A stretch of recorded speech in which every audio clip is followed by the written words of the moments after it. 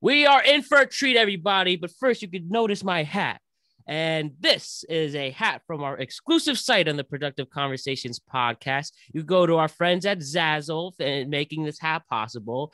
And to get this hat, you can look at the episode description below on our YouTube page. You can look at the episode description on our podcasting page, or you can just go to productiveconversations.com/merch and check out all amazing merchandise items such as this hat, amazing shirts that are coming in to show off, office supplies, and all that stuff. But now to the good part. This has been somebody who came on my radar as this podcast was growing. We got in touch from our mutual friend, thanks to the great Cliff Mula. And we started to talk, and now he's here. I'm a huge fan of all his work that I've seen so far, and I'm really excited to get to know this man. But everybody, we have up-and-coming stand-up, a future star. Tom Roche is in the building today. What's going on, Tom? Thank you, Matt. I'm excited to be here. I want you to know that I binged some of your, there's some, I'm trying to remember which episodes, but I think it was the night after, or a couple nights after, you're like, hey, do you want to be on the podcast? I looked into more of the other podcasts aside from the Cliff one, which was great. Mm-hmm. And it was right after I had to come down on shrooms. I was on a shroom trip, and as soon as it started to come down, I don't know why, but I started watching your podcast, and it was actually one of the most beautiful experiences ever. I wasn't watching them while I was tripping. It was right after, but I still had that mindset in my head, if that makes sense. So there's just something really beautiful and authentic about all the stuff that I was watching. And I just wanted to say that because it just made me super hyped to come on here, because I was like, wow, I'm having a little. I just remember that moment of watching the podcast, and I think I saw the Cliff one. I saw one where you were interviewing Online Lover. That song he has is great, by the way. Hell yeah, my buddy Johnny Cabrera, he's awesome. Yeah, that was good. You interviewed your cousin. There was one where you interviewed your cousin. That was really interesting. That was fun. And it was just my awesome cousin Rachel. The way that you're able to carry a conversation, it's really entertaining to watch. So I just wanted to start off by saying that. Wow, that really means a lot. Thank you for saying that. I appreciate that, and I'm glad it's sticking. And I just genuinely believe we could talk to anyone, give them a chance, and show what's interesting and being productive with it.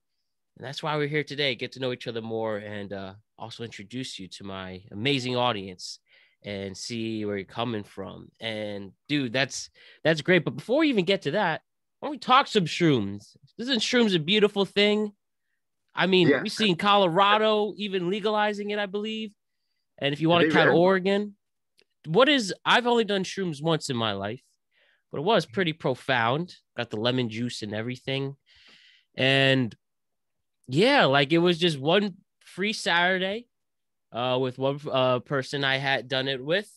We didn't have anything to do, so we just checked it out, and it was just good smiling, good vibes. And it was, like I said, a cool time in my life. And man, I just, you think you see the, what TV and movies make, the trees jumping out at you, or, the walls are gaining you turn into lava. But I was just in a really good mood the whole day, and that's all we need, right? Yeah, I always think of it as resensitizing you to life, because I feel like we're very desensitized, right? And then you take it's like we're so used to seeing trees every day, right? You look at a tree, that's a tree, but it's you take shrooms, and it's you're seeing a tree for the first time, but you're really seeing it and just understanding how crazy and absurd everything is. So I definitely it's when you're talking about that movie film feel, I get it, because it's an experience. It feels like you're experiencing life for the first time almost. You're like, whoa, this is, but at the same time, it's something you've experienced before. And when it comes down, you may not have that feeling anymore, but the lessons and that perspective, that mindset it really changes. I think it's something everyone should try once in their life, because it's just right. I mean, you get what I'm saying? Yeah, I do. And you were saying? I was gonna say, when you did it, the friend you did it with, was it a close friend? Was it an acquaintance? Were you, but how? Yeah, he was family, so it was pretty easy. And he just said, "You want to do it?" It was a nice fall day, and again, just nothing to do. I just see what it's all about. It was only a couple of years ago, and if I get a chance to, I probably would do it again, as long as I don't have anything to do or any big responsibility in that day. And like you said, it's just enlightening, and you actually have that legitimate euphoria. Yeah, I've definitely had bad experiences tripping. Yeah, I never had that. I never had a bad experience yet tripping. Oh yeah, like shrooms have always been fine on shrooms, but there was I did LSD 3 times. Mhm. 2 out of those 3 times. One time I ended up in the ambulance. Like one time, like that was a whole crazy thing, and it was all in my head. Like I was fine. Like Oh, okay. You didn't actually end up in the ambulance. no, I ended up in like the ambulance came and like took me like, and I got, you know what a spinal tap is? You know when they take the giant needle, they put it in your spine and they like take out your spinal fluid. I got one of those. Oh, do you have like a nasty scar from that, or like No, a actually, badass one? no, there's actually no scar at all. It doesn't leave a scar, but I was bedridden for days because when someone inserts metal into your spine and pulls out your fluids, Ooh. it's such an intense experience that your body has to recover for it. This was 2018. This is when I first started. This is when I first tried psychedelics. So it was early 2018, Mm-hmm. and it was right before I turned. It was like right before my birthday, so it was like right before I turned 24. So like I remember my birthday, like I spent like just in bed, unable to move because like the way I ended up in the hospital is, so I remember taking it was my second time doing LSD, but it was first time I did it, it wasn't enough to trip, but it was enough to feel nice. The Mm-hmm. second time I tried LSD, it was enough to trip. And it was great at first. Like I was with my friend, we were watching Dragon Ball Super, and the experience, Oh, good choice for that, I feel. oh, and it's like you feel like the stakes are real. Like I remember, I don't know who's watching that follows Dragon Ball, but I like Vegeta was fighting this god of destruction, and like the balance of the universe, like the fate of the universe was in the balance. And I remember feeling like if Vegeta didn't win that battle in the anime, that like the world was actually going to end. Like that's what it felt like. I was like, yo, bro, fuck, like I'm gonna die. So I remember like when Vegeta was powering up and yelling, that I felt like I had to too to give him my energy. Just because I think part of the psychedelics too is I wouldn't say it makes you more empathetic, but because I'm more sensitive to stimuli, like I'm sensitive to his yelling and his need to win. And then I'm empathizing and feeling like I need to help him. So I'm like, maybe if I yell while he's yelling, like everything will be okay. But of course, the anime is written in a certain way. It's gonna end the way it's gonna end either way. But that was really fun. We went to a party. I got really paranoid. By the end of the night, I came home and I just laid down on the porch outside in the cold because my mindset from the tripping was like the universe. Like I got to a point, like a dark place where I was like, maybe nothing should exist. I was like, maybe if I just stop moving for long enough, like everything will disappear and suffering will end. Because if you look at every religion, it's like life is suffering. Like even Buddhism, life is suffering. Like Christianity, like everything is sin and everything is horrible. So Right. my thought is just like, well, fuck it. Like if everything just sucks, like maybe like just don't do anything. And I thought that if I moved, something bad was gonna happen. Like I wasn't allowed to move. Like my mindset was so, it was a bit of psychosis. Like I was so distorted that I was refused to move. And then my mom and her boyfriend came, and my mom saw me on the porch in the dark. She thought I was just like some homeless man sleeping on the porch. But when she realized it was me, she started freaking out because she thought like I OD'd on heroin or something. Because I just wasn't, like I refused to move. Like I could move if I wanted to, but I just refused. And then they called the ambulance because I just wasn't responding and I didn't want to respond. And then the ambulance came, and then they picked me up off the porch, and they like brought me to the ambulance. And then I remember the dude in the ambulance didn't believe I couldn't move. And he was right. I could move, but I was really so paranoid that I absolutely was like, I think I'm in too deep. Let me just not move. At this point, like I'm tripping. I'm in the ambulance. Like, let me just commit to this. Like, what happened? Like, this is nothing you would do sober, but I was so into the trip that I was like, let me just commit to this and see what happens. And he was like, the dude in the ambulance was getting mad. And he was like, if you don't fuck, like he was swearing. He was like, if you don't fucking move, like I'm gonna have to take this IV and I'm gonna have to jam it in your arm. Like, I'm just gonna jam it in there. He kept saying that. I didn't respond. Now imagine this. Like at this point, it's like I definitely wasn't visually tripping at this point, but mentally I was still coming off of fucking acid. But yeah, so then eventually I don't respond, and I remember like because my eyes were closed the whole time I wasn't moving, but I remember hearing it in his voice. He went from like anger to like, oh shit, he's really not moving. And then I remember feeling him try to get the vein, and he fucked up like 4 or 5 times, and I knew this. Because later on, when I finally like opened my eyes later in like the night, like my arm was just covered in dried blood. Like, because I remember like the ambulance was like bouncing and moving, and he was like trying to stab it in my arm. So that's something Healthcare, huh? and to make a long story short, because it's like a lot happened in the night. But I basically like it was just like me, my family, and the ambulance, and I didn't move, and they couldn't figure out how to get me to move. So they were like, maybe the LSD was laced with something with Oh. PCP. So they're like, we'll do a spinal tap, and then we'll figure out. And then they did it, and they were like, it was just LSD, and I was like, yeah, I'm just an idiot. It was yeah. So that's a whole experience, and it didn't even like that was all over, and I was like, at first I was like, I'm never doing this again. But then like it where like time passes and you're like, I don't regret that. And I learned a lot from that experience. And I'm actually like, so I that's not a story I would tell to be like, you should totally like do psychedelics. The last story I would tell. Stay away from kids' drugs. Stay away from drugs, yeah, kids.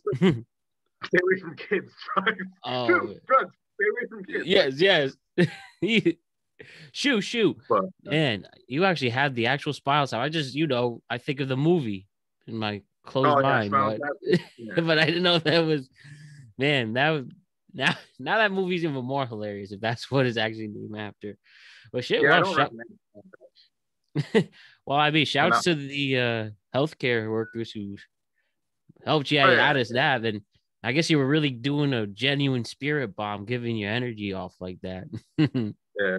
And I'm sure but that was my experience with that. I don't even remember because after I showed Shrooms, after I came down on Shrooms, I was watching the podcast. But yeah, so that's my worst experience with psychedelics, but I've had some really amazing, beautiful experiences on psychedelics. But that definitely was like, and I don't even blame the drugs on that. I think that was completely like, it taught me a lot about my insecurities and a lot of like the mindsets and things I had to change. Cause like, that's pretty dark to be like balls deep in acid and be like, I shouldn't exist.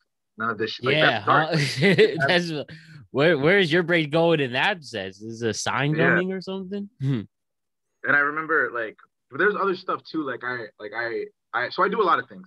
My main thing is comedy, right? I've been involved for comedy for like years. Like, so I'm just gonna speak on this. So I'm a stand-up comedian, and I started doing stand-up comedy in the beginning of 2019. All right. Yeah, and before that, that was how I started stand-up comedy.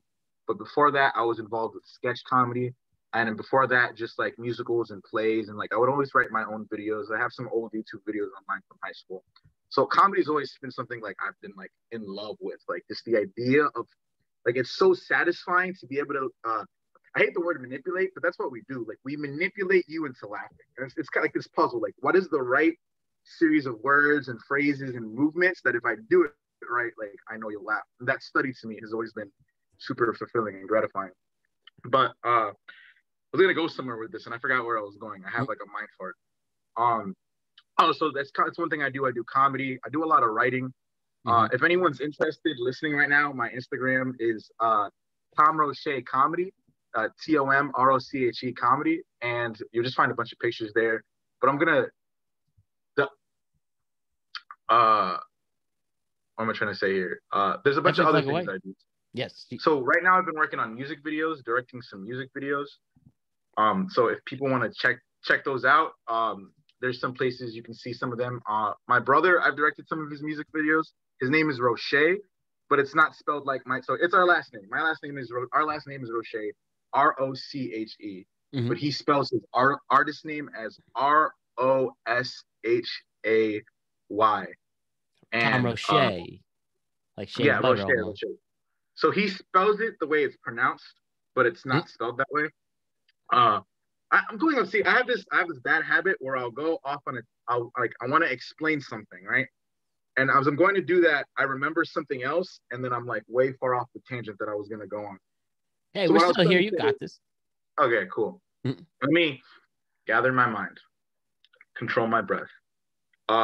Comedy is something I do, stand-up comedy, sketch comedy. I act, I direct music videos. I made a little short one yesterday in the morning with my brother. I was editing one right now for my boy Mikey Black. It's spelled exactly what it sounds like, Mikey Black, but there's 3 Ks. So it's Mikey Black and then 2 extra Ks. And I don't know why. Like I'm just talking. Can you ask me something? Like No, of course, yeah. Let's we got a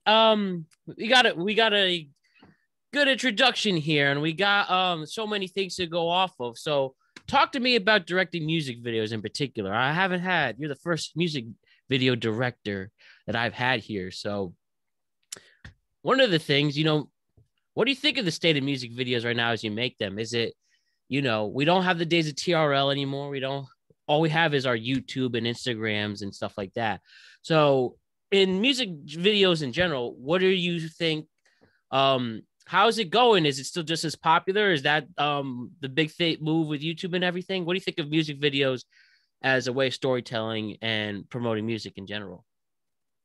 So when it comes to the business and cultural aspects of music videos, I'm not super entrenched. Like I have a passion for comedy, but I wouldn't say I have a passion for music videos, but it's something I enjoy.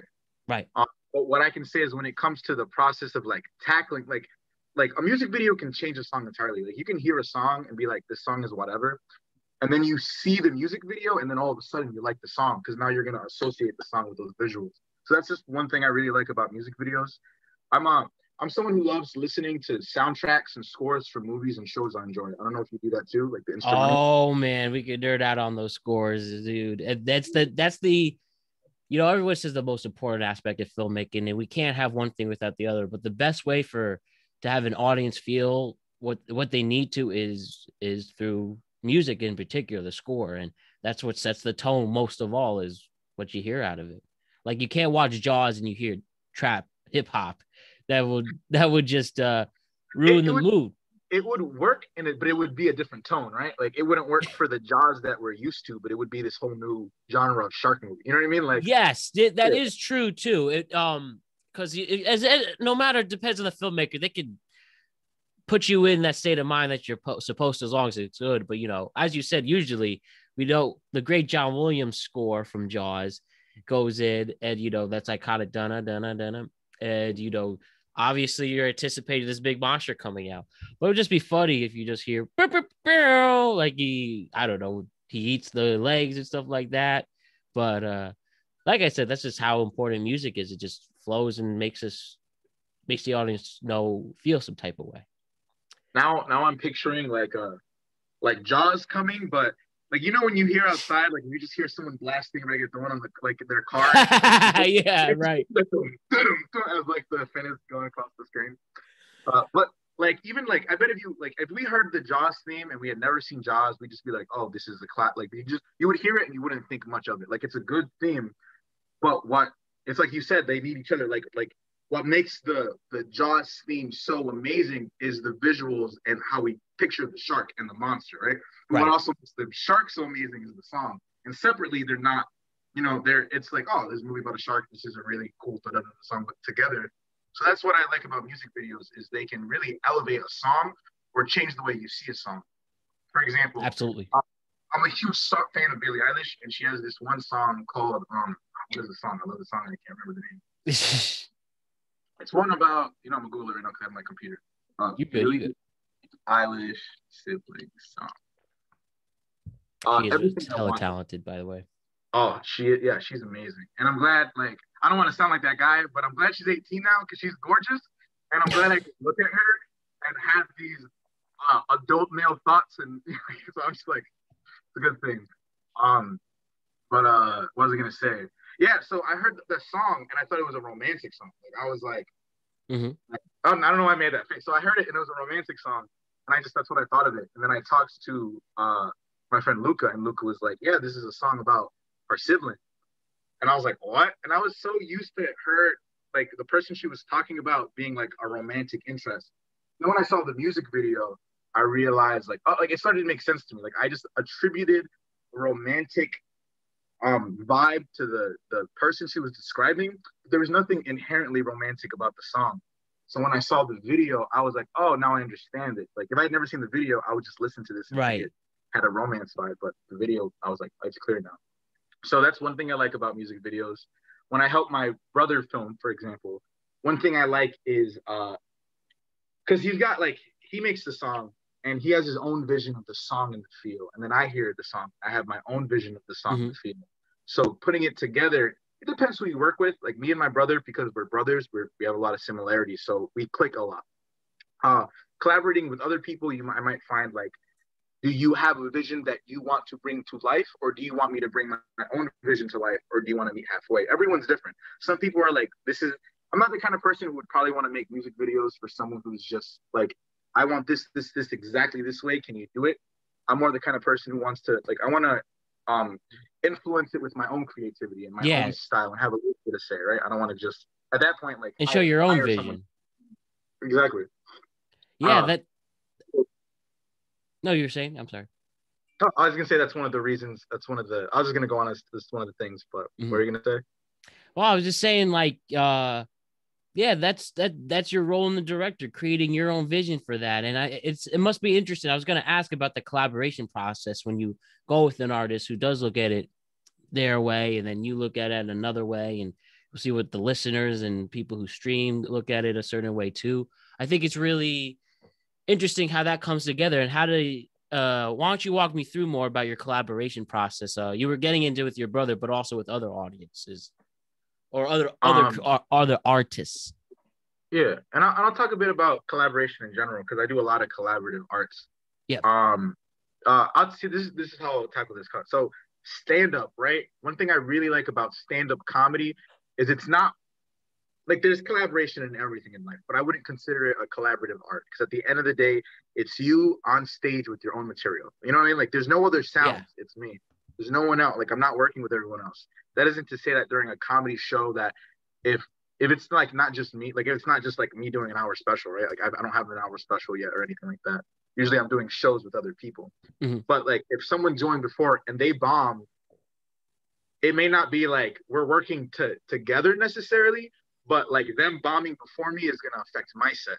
That same way if they do like amazing, so amazing that I can't follow, that's also going to affect my set. Mm-hmm. So stand-up isn't collaborative, but what I love about it, like aside from the fact that other comedians can affect stuff, like what I love about it is that I'm independent. Like if the freedom is mine, I get to say whatever I want. I don't have to worry about anyone else. Like it's just me. The downside is it's just me. It can be very lonely if you don't have other mm-hmm. friends who do stand-up comedy. It's a lot of stand-up comedians who are very lonely. That's why you associate stand-up comedy sometimes with drinking, drugs, and all this stuff. I think that these are a lot of people who are like, I'm gonna live life my way. I'm gonna follow my own path. But you find a lot of other people. We don't know many stand-up comedians. Like if you go in the scene, everyone doing stand-up comedy is a stand-up comedian. But most people don't know a lot of stand-up comedians. So what I like about, say, working on a video or a play or something like that is, in one sense, like I have to let go of the like, I want to do everything myself thing, because the upside is that I have people to pick up the slack. Like I don't have to worry about anything. But there's a lot of trust involved in collaboration. You can't do a project with other people if I don't trust you or trust your vision or trust that you trust my vision, then I'm not even going to start. I've never been in a situation where I really like committed to working with someone and hated it, because I usually try to feel the other person out before I commit to something. If I have a feeling, like if there's any vibe that I'm like, ooh, something's going to go wrong, I really try to, like when I get to know people, I really try to like feel out like, can we do this? Like, is there any like even a semblance of chemistry?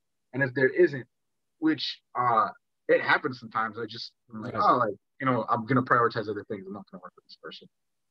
But it's really beautiful how, for example, I'm gonna give you two examples. One is my brother Roche, and one is Mikey. My brother will come to me and like we live together. So he'll be like, here's an idea, and he adds, and I can add, and he can add it, and I can add. And he might say something that I'm like, that doesn't work. But since he's the artist, I always say you can veto anything. Like I'm gonna shoot out ideas, but you're the artist. I'm presenting you, so you can veto anything. Right. So that's one thing. Like I look at, like if I'm the director of something I wrote, I'm vetoing whatever the fuck I wanna. You know what I mean? Yeah. Right. But if I'm directing you and it's your song, like you're in charge. So that's one thing. There's that dynamic of like I have that responsibility, but I understand like I'm not the boss at the end of the day. Mm-hmm. Whereas Mikey kind of hit me up and he sent me a song, and I like hit him up with the concept. Like we didn't really talk. Like me and my brother sat down and we talked about everything. Mikey hit me up, and I was like, "Here, how's this for an idea?" And he was like, "That's perfect." And I've just kind of been like, I kind of have more creative freedom on this. Like I'm more of kind of like working on everything, and then I'm gonna meet Mikey and we're gonna film it. Whereas with my brother, like we kind of build it together step by step. And it's nice because when it's over, you're like, this is our baby. Like we raised this kid together, you know? So that's something that's really beautiful about the collaborative process.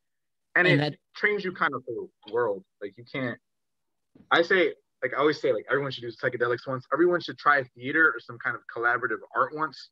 Because when you're like working with a team that you really care about and everyone's putting their differences aside and saying like, look, we may have bullshit and we may have other things going on in life, but right now the priority is the show, right? The show must go on. And to be a part of a team that's working towards something greater than themselves, definitely one of my favorite things about collaborative art. and you get to tell a story and entertain and inspire and inform an audience, which is such a rewarding experience. You could really inspire so many people. And that's really Or just tell cool. a bunch of dick and shit jokes. Sometimes what I do. Hey, that still entertains some folks out there. You know, one thing you were mentioning on the collaborating process is chemistry. Isn't it just amazing how chemistry truly is one of the few genuinely natural things? It's hard to, I think it's almost impossible to measure chemistry. You either have it or you don't. Do you agree? Ah, I agree. Okay, let me think about this real quick. You Mhm. either chemistry, you either have it or you don't. E, you know, I'm gonna be bold. I'm gonna say no. This is why I'm gonna say no. I think Oh, at first, like, it's not something you can change overnight. Like, if I meet you and you meet me, and we don't have chemistry, whether for art or you're meeting a girl for a date or it's just the first, mhm. like, whatever the lack of chemistry in that relationship dynamic is, I do think it's not something necessarily you can measure, right? You can compare it, be like, oh, I have more chemistry with this person than Yeah, this person, or we have different. But I do think it's something when it like you can work on if you put the effort into it. But to change it right. overnight, like to just be like, oh, we don't have chemistry, like that's not going to happen. But I've just seen so many. Uh, what's the opposite of chemistry? Like, what is the lack of chemistry? Uh, Negative chemistry. this is great. Let me look up chemistry sick because I got my Google too. Yeah. I think what I'm trying to say is like I've just seen. It's inorganic chemistry. That's Yeah, I've seen all. like negative inorganic things. Like if you work for it, and I really believe if you work for it, anything's possible. So generally, like yeah, if you don't have chemistry, you don't have chemistry. But as a person, I believe like if you're gonna work hard in it, like you can overcome like 99.999% of obstacles that are thrown at you. Yeah, And I think chemistry might be one of those. I think the key word you said is the effort part, especially if you talk about relationship chemistry, especially. I mean, no one wants to be in a relationship that both people aren't trying for, or one person cares more than the other. That's the worst. That talk about inorganic chemistry. It's about the effort there, the effort, whether on set, whether, you know, creating comedy or music and stuff like that. You have to put an effort and try. And as long as the other person tries, then that's where it can all fall into place. And there are situations where just two people are just unwilling to like it's not a priority. Like, all right, you know what? I love the way, like, let's say it's like I love the way I am, you Mhm. love the way you are, but the way we are has no chemistry, but we have no interest in changing or growing as people, or like, you know what I mean? It's just like the chemistry is dead. But if people are willing to make that change, then where am I trying to go here? So you said something about The effort in chemistry. You have to put effort yeah, to. You have a better chance of having chemistry if people put effort into yeah. it. Like I have a good chance of changing your chemistry and making better, but I don't think this isn't we weren't talking about this, but I'm just throwing this thought in there. Like Mhm. I don't think you can there's just some people like how do I put this? You can you can grow chemistry where there isn't any, but I say there's just you know like I'm trying to think if I agree with what I'm about to say. So what I was gonna say is you can grow chemistry with people who there aren't, right? But they're just people like you can't make people fall in love with you. Like you can't force romantic like no matter how much effort I put in, there are some people who I will never be able to romantically create something. Absolutely. But chemistry doesn't have to be romantic. So you can this isn't like we weren't saying that this wasn't the case. That's just something I was thinking about. It's just like, yeah, you can't force love. And you That's real can't as force fuck, man. chemistry, but you It's can really put hard work. Because there's some people, no matter how much work you put into, you just not the one for you. But you can yeah. I always mean, make a friend.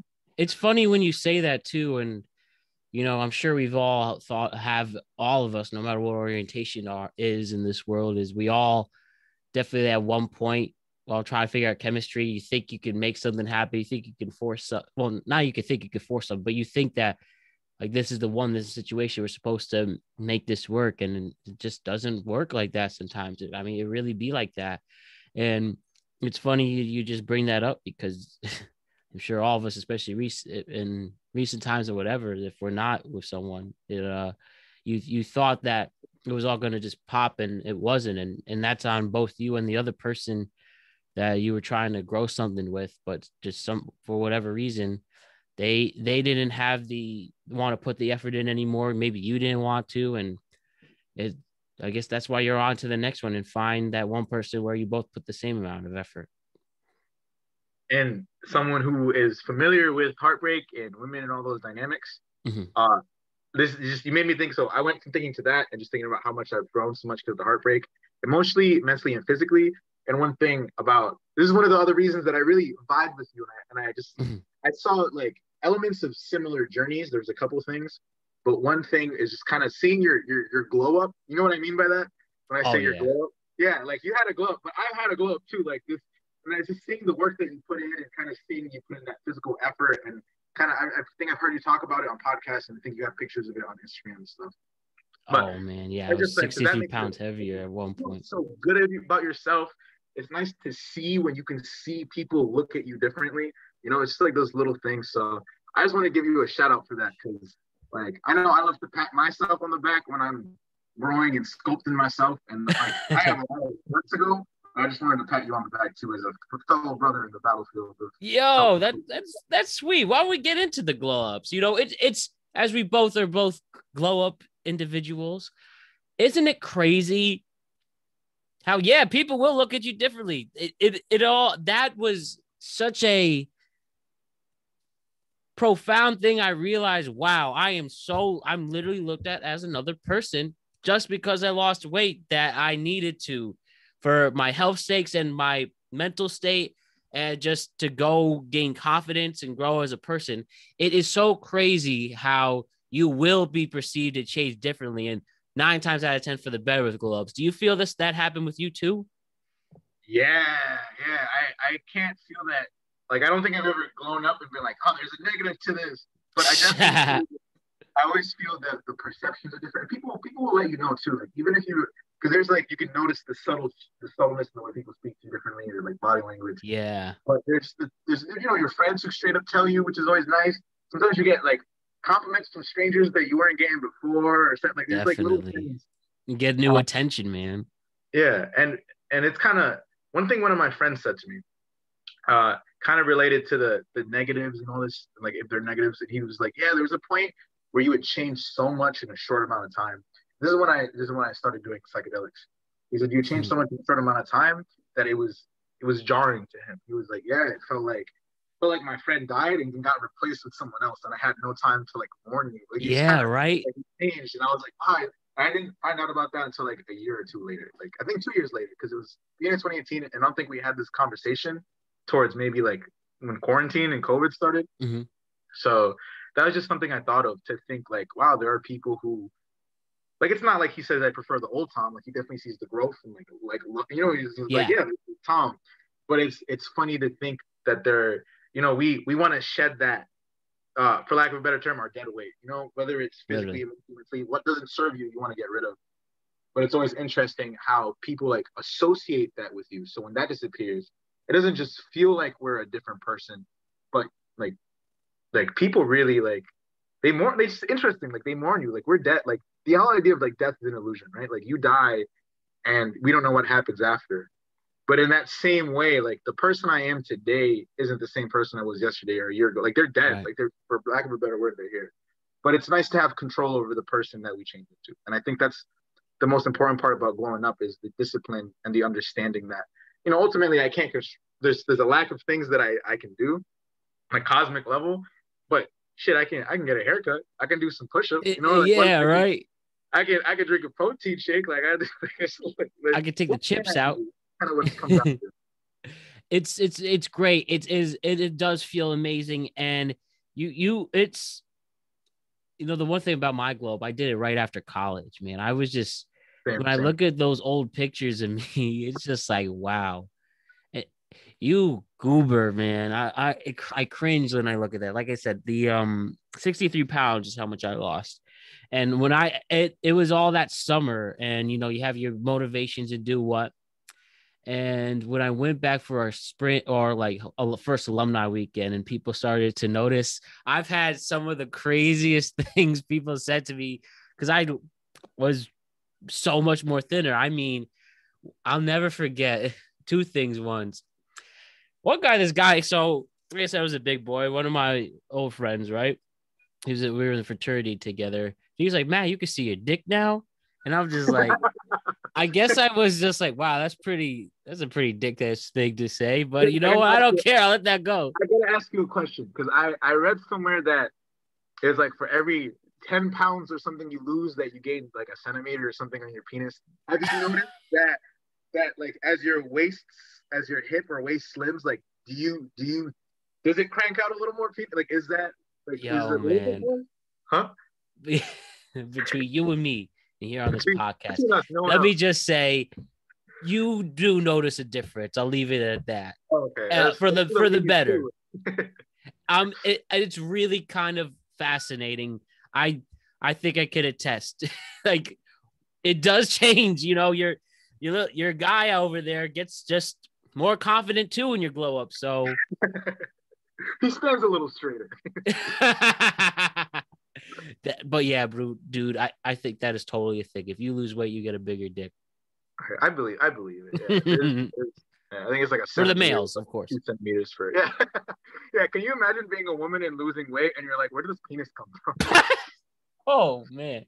Just like their clit, like, okay, no, I'm not gonna go this. Dude, and you know what? Another thing is like, I'll never forget this guy, this dude Patrick said to me when I showed up at the whatever alumni event we were at. He's like, "Matt, you get pussy now? Do you get pussy now?" That's what he said to me. Bro, so what I was trying to go into earlier when I was mentioning all the things that I don't even think I made the point I was trying to make. So this brought me back. So there's some music that I wrote, and it was just a lyric that you had reminded me of, and I wanted to mention it. Mm-hmm. But forget that. You reminded me. So there's a song I wrote called "Hookup," and it's about. I wrote it. It was inspired by kind of like my hookup phase, where I was just like, all right, like I'm single now, like time to fuck bitches. Like that was the mindset. And I wrote this. I want to say late last year, maybe. Mm-hmm. But there's a point in the song where like I'd say haters is jelly, silent but deadly. I'm Tom but they petty, green with they envy. And then like in my own voice, they would be like, you getting put like Tom, you're getting pussy? Like what happened? Like when did you start getting pussy? And it's kind of like the voice that I would add into the rap, like you getting pussy, and then I respond, sometimes you getting pussy, sometimes, but then you getting that kind of reaction of like, oh, you're getting pussy now? Like I understand that feeling. Like it's low key insulting. Like what? Like, yeah, that's what I'm saying. What was wrong with me the first time? But the truth is, like, I was getting a little less pussy before, so like I can only laugh. Like, no, you're right. Like I can see why you were surprised. That I get it, even if I don't agree with it entirely.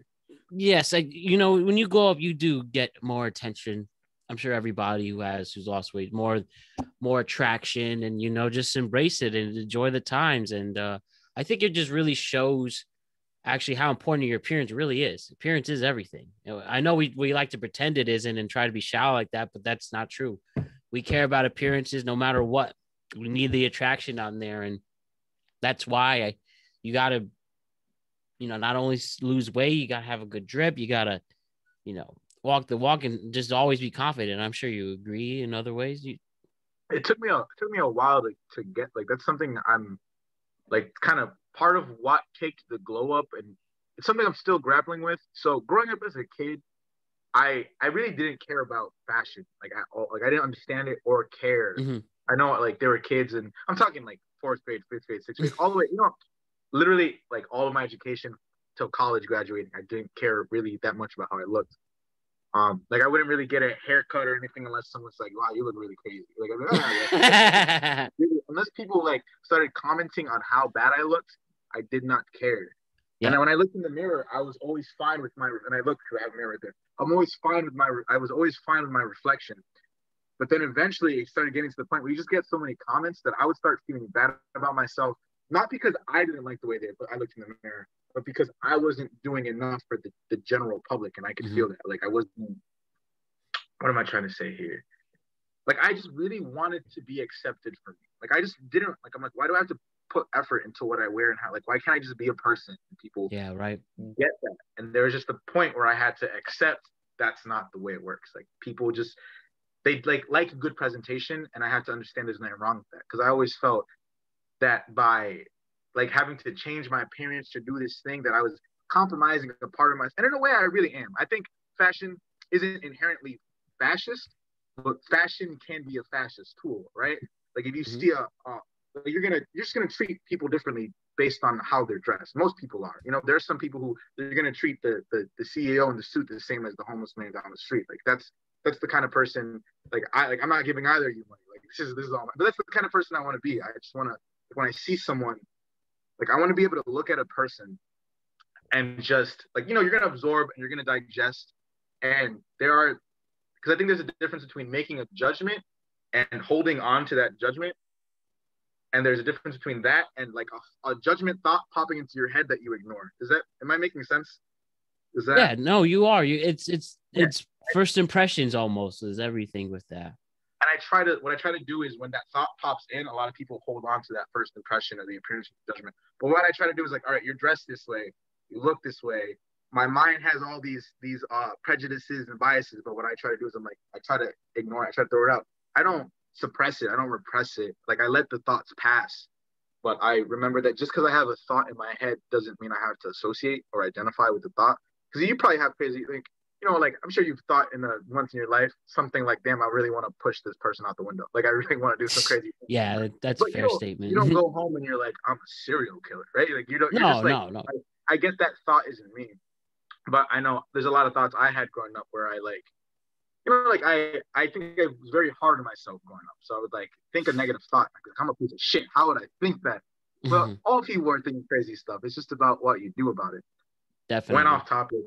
Point I was trying to make is I eventually had to nut up and be like, I'm gonna put effort into my clothing. I don't like the way that we're set in a society where that's how it works, but I'm gonna use it to my advantage. And I hope that one day, I plan on one day changing that. Like when I get to a point of influence and where I can really make some changes and speak to people on a mass level with my art and all that, I really just, I don't know. I'd like to help construct a world where fashion isn't a tool to suppress or make people feel shame, but it's just really free. Like, and you express yourself. If you want to express yourself in that way, it sucks because some people don't want to express themselves in a fashionable way. But if they don't, then people are going to assume you're a bum or something. But it's just not the language that you speak. And it's just the language that I got to learn. And that was the people I would say that, you know what, I am a bum. I'm the flyest bum, you know. And yeah, I think now, especially in times we are in 2021, that fashion is so broad. I mean, Lady Gaga once wore a meat suit, and that was so inspiring to some people and mad, and even though pissed off Pete and stuff. But you could do that. We've seen people just making up clothes and people just having their own styles. I think it is so true. As long as you rock it, then who cares? You know, wear your shirt inside out. Wear your jeans as a shirt. And whatever, just rock it in a more open world we are in today, you know? So that's part of what I'm working at is some things I just want to just rock it. But I think there's a lot I have to learn about fashion. That's something that I think one day in the future, I'm in no rush right now, but I do see myself in like 10 or 20 years really diving a little bit more into fashion, because there's a lot of arts and I'm the kind of person who I want to do so many things. Like I want to animate, I want to play instruments, I want to do all these things. But like I care so much about the other arts that I'm doing right now that I don't want, you know, the phrase jack of all trades, master of none. Yes, I want to master a couple of things before I start, you know, like, because I want to spread myself thin. It's just the kind of person. Yeah, you want to show your brand. You want to prove yourself. You want to you want to gain a following and give them a purpose to listen and also a place to learn and have fun, man. And you definitely have my support with it. Like I've said, I watch your TikToks. I've seen your stuff. It's really cool. It's a really cool brand that I really can't wait to see grow some more, man. And, you know, keep doing your thing, because you had not. I'm sure there's hundreds of people besides me really support you on this journey for it. Thanks. Yeah. And I'm all about your journey. I'm the team Matt Brown. Team Yes, productive man. podcast conversations. Team productive conversations. Now, Tom, I want to get into your stand-up, man. You are a funny person. You know that? So I've been. I do. I think I do know that. I'm gonna be cocky person. I just want to be cocky sometimes. Absolutely. So you mentioned before you did sketch at some point, or still do sketch, but you were into that, and you said you started stand up now 3 years ago. So could you tell me, was there a defining moment where you're like, you know what, I'm gonna do it. I'm gonna go on stage. Was there anything that happened to make this possible to bring you here today? Yes, definitely. So the push to stand up. So there, I'm gonna give you A and B. So yeah, I originally first did like 3 like stand up open mics in like 20. They weren't stand up, sorry. They were like general open mics in 2017. And I did a couple things. I tried poetry. I did stand up, and I was just testing some stand up, but I hadn't yet commit to what's the word? I didn't yet like commit 100% to stand up, if that makes sense. Mm-hmm. But there was a point where I was at the bar with my friend Luca and my friend Bill, who's passed away now. Sorry to hear that, man. And rest in peace. Thank you. And we were talking at a bar, which I believe is closed down now. It's like 2 blocks away down the street. And which bar is this? Where is this at? I think it's Elizer's in Holyoke. I'm pretty sure it's closed down now. In Holyoke. Elizer's Holyoke. Yeah, Elizer. It was where Bill would go there a lot. He would drink there sometimes. And where's in Holyoke? This is which like state and city is this in? Oh, Massachusetts. Massachusetts. Okay, cool. Mm-hmm. You're from Connecticut, right? Yep. All Connecticut, 203, Fairfield County boy. Okay, but talk to me about that. So we were there, and Luca and Bill had been a part of my sketch comedy shows. They were called Tomfoolery. It's like SNL. It was Tomfoolery Sketch Comedy Live. And we were just out for a drink one day, and we were talking about comedy. And we started talking about stand-up. And we, I think there's a point in a lot of people's lives where like, I want to do stand-up the same way there's a point where you're like, I want to be a pop star. I want to be this. And that's something we're all involved in comedy, arts, performing arts. So we already were comfortable on stage. We already had this backup. But even then, a lot of people are still like, you can be an actor and perform, but that's like someone else's lines that you're reading and you have a director. But stand-up comedy is still really intimidating, even if you have a performative experience background. So it was basically one of those conversations where we had kind of come to the conclusion that if we all did it together, then we would totally do it. And that was so motivating for me, where I was like, as I said, stand-up comedy is a lonely thing. So as soon as I was like, okay, I have Luca and I have Bill, I can do this. Mm-hmm. So then I started like getting ready. I started going to open mics. I went to a couple open mics. Just I'm trying to remember how the order of events. So we had the conversation. They said, yeah, we're going to do stand-up with you. Then I started doing stand-up, and they couldn't make it the first couple of times. And then they could make it. Mm-hmm. And then like they were like, oh, we're not ready to do it yet. And Luca was like, I still want to work on my stuff. Bill, sadly, like this is really depressing. I love Bill a lot. He ended up only being able to he took his own life. There's a whole conversation here about Bill and this man and the ways he's inspired and influenced me. But he sadly only got to do one set. Like I remember seeing one set that he did. He came to support me a couple of times. I'm going off on a tangent. Basically, it was Bill and Luca, mm-hmm. and that memory will always stick to me because Bill isn't with us today. So because of that, I always think like, damn, like we hadn't had that, like just to hear you guys say like, and they didn't end up doing it as much as I did, but hearing that they were going to be there. And even though they didn't do stand-up on there with me, they did come to support was enough for me. Like, to have people there in the sidelines, like it's nice. But some people would prefer that no one they know is watching them. But yeah, so it was that conversation in the bar. It was having other people there. That was the push that was like, I'm stand-up. And then I started doing it and I loved it. I was like, well, I'm not going to stop now until a pandemic hit. And then I kind of haven't done it as much, but. Mm-hmm. I see. Well, definitely Bill's always with us, and shouts to Artie and Angel for that too. And Yeah. So, okay. So not as much stand-up in the pandemic as a lot of people, but do you plan on resuming that once the pandemic ends, as we're on the finish line to this? Yeah, I did. I did like two shows last year, and one was a drive-in show, which was really cool. It was like a No drive-in way. theater, but the screen. Yeah. So what it is you're up there, right, and you're talking, and then the mic is being fed into the FM, so you're just there in the car. So that was really cool, but All you can't right. hear the laughter, huh? Mm-hmm. No, I You was can't just hear saying, all the. right. Oh, gotcha. Mm.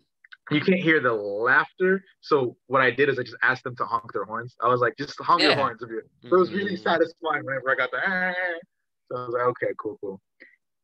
And then the beginning of the year, like I basically in the past year, I've probably done stand up 5 times, which is not like before that, like 2019, I was hitting 4 to 5 open mics a week No and like trying way. to do shows where I could.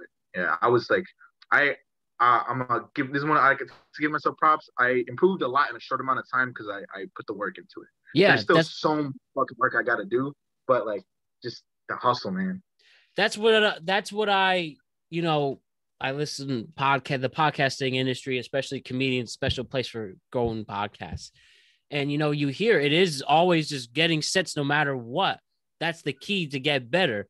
And you probably do have years of abuse ahead, but the end result, if you get passed by a club, you're set. You get to make people laugh for a living. And you know, for you and your journey, this was is mostly Massachusetts. Is you finding these open mics? Where are you usually performing? Massachusetts and Connecticut. Mhm. That's how I know Cliff is from Yeah. Connecticut because he would come down to the Bishop's Lounge um, for those open mics, and I would go up to Elbow Room for those open mics. So that's kind of like how All we do right. each other. But yeah, so that's where I would do open mics and shows. And I did a couple open mics in Albany. I've done a couple open mics in Albany too. But open mics Albany, Massachusetts, Connecticut, shows Massachusetts and Connecticut. All right. Oh Yeah. man, this is great. And again, don't forget to check out Tom Roche Comedy on Instagram to see this. And then, man, I'm really can't wait to see some tour dates. If I could be there, I'll see one of your shows. I promise. And I plan on towards again as I said, like right now I'm focusing a little more on like music videos and stuff, Yep. mostly because I feel like I like the comfort in knowing that if we shoot a music video and there's a lockdown tomorrow, I can work on my music video at home. But if I'm Right. out practicing open mics and there's a lock, like that's like but as time passes, I start to miss stand-up comedy more and more. And I've been writing. Oh my god, I forgot this. On Friday, the 2 days before Valentine's Day, the 12th, a friend of mine hit me up, Kevin. He was like, "Hey, this is really random, but can you do a stand up comedy show for me and my girlfriend on Valentine's Day?" And but it was literally like, so this is what it was. It was in there, like they have he has an apartment, so it's basically me performing for two people in their living room. But it was really gratifying and fulfilling because I can say that like someone paid me to do a personal stand-up comedy set in their room. Like that's all. Like I got paid That's to some do it. rich And love. people shit who do that. No, they weren't rich. But he just I he said really. I'll say this. He said really nice things, and he's a really good person. And what it was is when him and his girlfriend started dating. I think one of their first dates was a comedy show that I set up last year on Valentine's Day. Look at that. And what he said was he was like, yeah, she told me that when I took her to that show, he said the show was so good that you guys put on. He said like I took her to that show, and that's kind of when she realized that like I was serious about her and all this stuff. So it was a year Damn. later, and he was like, I want to do that for her again. Man, he So owes you. there's So yeah, I just want to share that story for stand-up comedians because it's like you never know. Like someone might just hit you up and be like, "Perform for me alone in a room," and like you gotta take that. You gotta take that fucking. Because part about being stand-up, you're gonna perform in the weirdest places. You're gonna perform in school cafeterias. I once performed at a bar in Holyoke at 1 a.m. at night during a rap show. It was a rap show. And I got asked to perform, and dude, I never bombed so hard in my life. Like Mhm. there was the kind of bombing where people were like, "Put the fucking music back on." This one old lady got Yo, mad what? at me. This old lady started getting mad at me, started heckling me, telling me that she was funnier. So I gave her the mic because she was funnier than me. I was like, you know what? Here, have the mic, talk some shit. And when I took the mic back, I started going into self-deprecating humor. And she only heard the insults that I was giving to myself. but she didn't hear who I was giving them to. So as I'm doing this humor, she starts being like, "Yo, are you talking shit about me? Yo, what are you saying? Like, what the? Why are you talking?" She's like, "You're trying to fucking fight." And I'm like, "Man, I'm talking about myself. Like, the other in this room is me. Like, I didn't say ugly bitch or anything. Laugh at my pain. Jokes I had some tiny dick jokes. I don't know. I was panicking. Oh, I was also. I don't like to smoke before comedy. There's a couple times where like I've like taken an edible and I had a good time up there. But that was one night where it was a bunch of local rappers and they were smoking up. So I was like, yeah, I'll smoke. But man, I was up there for 30 minutes, which I don't. That's like a long time. When you're starting stand up, your sets are like 5 to 15 minutes. So you I did was a up whole there 30. And it was mostly like I'm telling you right now for like 20 of those. Let's see, if I was up there for like, I'm gonna say 25 minutes. It was like 24 of those minutes, no one was laughing. It was fucking horrible. I felt like a win when someone smiled. Like if someone smiled, like I was very emotional after. I never had such a bombing experience. And I want to share this because like it's sometimes people are like, how do you do it? And it isn't to say that the losses don't fucking hit when they hit. When I came down, they were really nice about it. Because it was like I bombed. I just kind of assumed they were like, this dude fucking sucks. And then I go to stand off to the side, and then everyone starts dapping me up. Even though I made not a single person laugh, I made a couple of them smile. They dapped me up, and they were like, I respect what you just did, because they were all rappers and they had also bombed before, and they know what it's like to perform for an audience who isn't reacting. And that gesture that they had, like that gesture of them being like, yo, like good job, I respect it, do what you got to do. I almost started crying because I felt so defeated. That just having those guys there to pick you back up and be like, hey, like you sucked, but like we get it, like we've been there. Like I was like, oh my god, I felt so much better. Like it was great. So just want to share that story. Sometimes you do shit and you feel you want to cry, like you want to, even if it's just comedy. Like comedy can make you cry. It's crazy. But that's one of my worst comedy experiences for sure. Dude, I commend you on that. And yeah, sometimes when you have very emotional or profound experiences, it takes a toll and you try and overcome it, and, respect anyone who lets that emotions out. And, all the greats bombed. Everyone, I'm sure we've heard it a million times. It's just part of the game. That's how you become better. You can't be hilarious 100% of the time. How do you grow and act with that? It has to be a game worth fighting for. It's like working out. You're working towards something to make yourself better, right? You kind of have to get excited to bomb. Like I kind of have to psych myself up and be like, all right, I'm bombing tonight. And it's really satisfying. If you kill, you're great. And if you bomb, you're like, well, I was bombing, so I'm not disappointed. That isn't to say to go and defeat it. I think it's different to go in and be like, I'm not funny. No one's going to laugh. That's one thing. And it's another thing to go in and say, I am funny. And if no one laughs, that's not my fault. And that's the mentality you got to have to stand up. Because if people are laughing, and it took me couple months to learn, like not to take it personally. It just means like, oh, the shit I gotta work on, or you're just not the audience for these jokes. And I'm also saying this for anyone in any art or any performance. Like remember, something too. I just gotta sing it to remind myself, know your audience. Because sometimes people will show their friends their art or certain people things, and they just feel like they suck because they keep showing people things and not getting the reactions that they're showing. But maybe you're just showing the wrong people. So that's something I learned too. That you gotta. There really is such things a different audience, like, oh, bad. People say good crowd tonight, bad crowd tonight. And, so I know also like, different groups, and different ethnicity groups also are different audiences. Oh, yeah. And at the end of the day, though, would you agree that funny is funny despite the various audiences that are out there? Yeah, funny is funny. Like I can have someone going up. I can see a comedian go up and be like, you didn't make me laugh and I didn't find you funny, but funny is funny and I know you're funny, right? Like you can hear a song and you may not like the song, but you still got to give props and respect to the talent. So I agree completely. I may not find you funny, but funny is funny. And I got to, wherever props are due, I'll give them. Absolutely, man. Sometimes you hate like giving credit to people who are funny at certain times, but hey. Oh, yeah. But I also, one of the reasons that made me smile is because I love when I make someone laugh at something that they don't want to laugh at. Damn it, you got me. That's my whole comedy philosophy. I remember one time, I forget what I was doing. I was going for a walk, or was I going for a walk? I forget. But I think I was going for a nightly walk because I didn't want to run because my legs hurt. So I was like, I'll walk instead.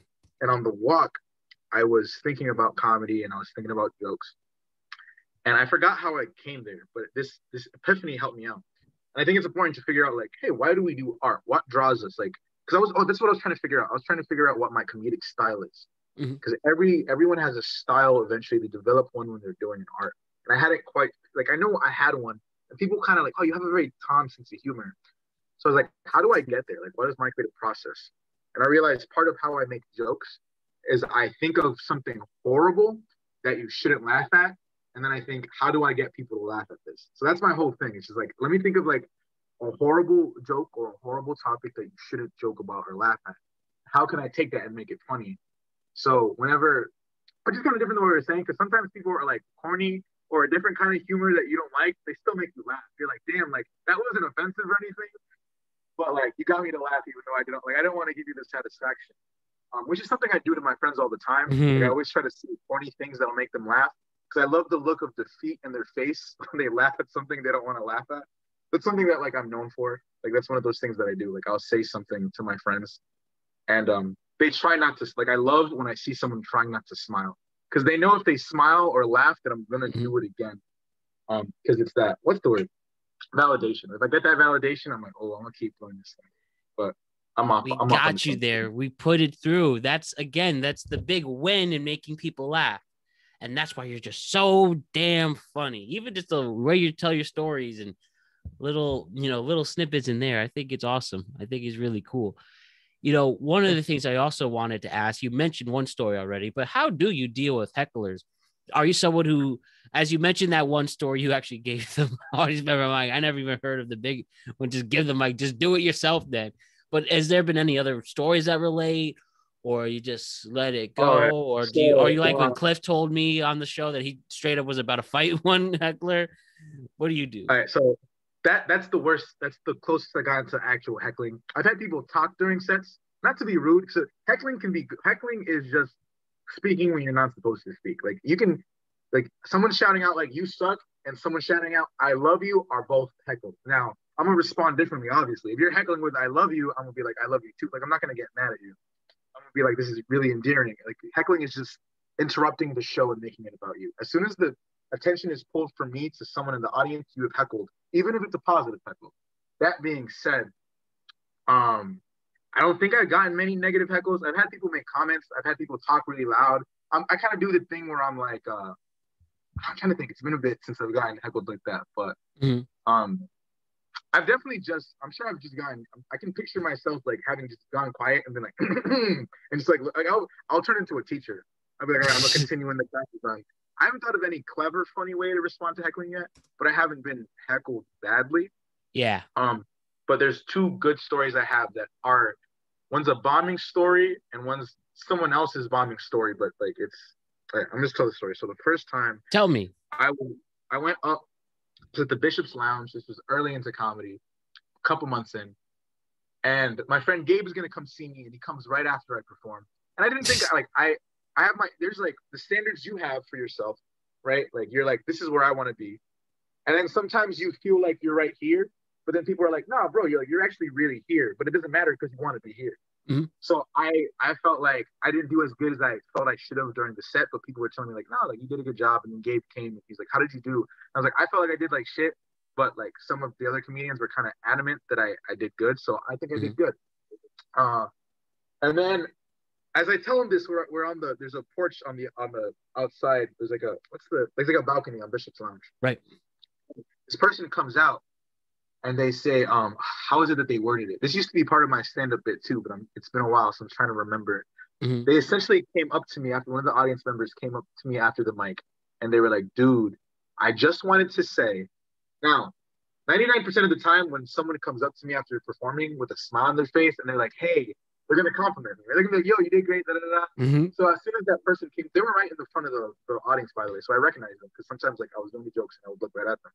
So this, she comes out and she's like, I just wanted to say that, like, you bombed so hard out there. And with the smiley one.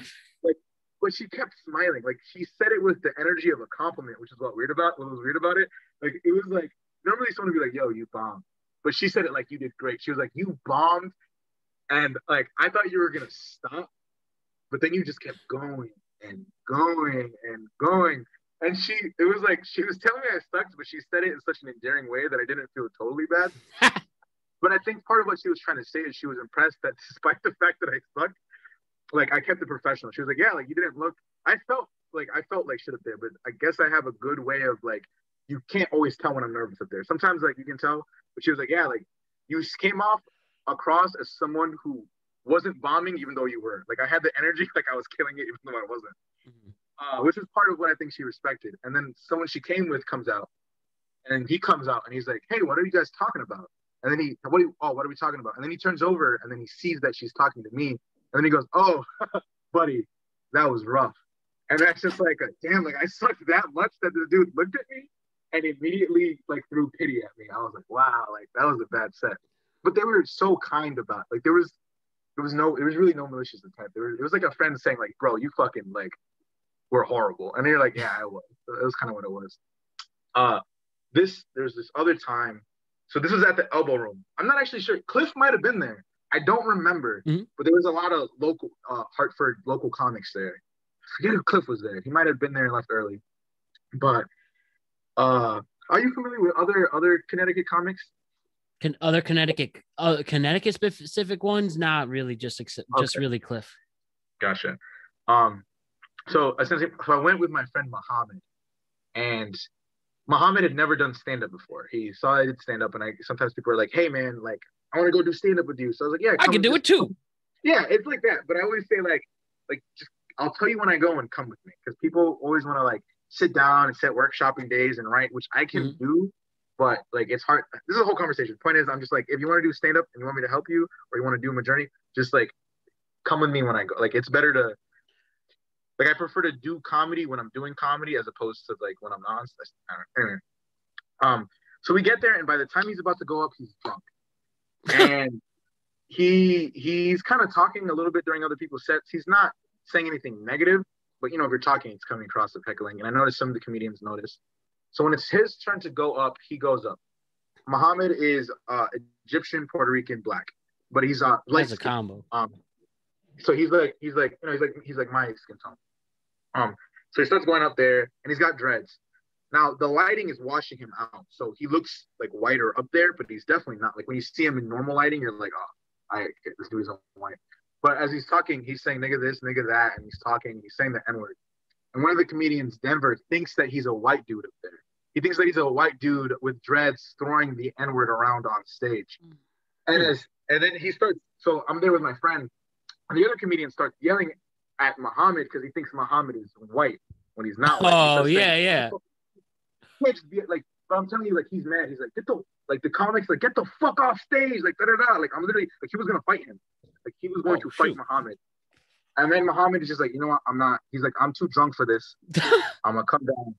Now, what he did not know is that Muhammad was a boxer. And if he tried to fight Muhammad would have fucking slow. His ass. This is like a skinnier black dude talking to a man who's shredded and will like destroy you.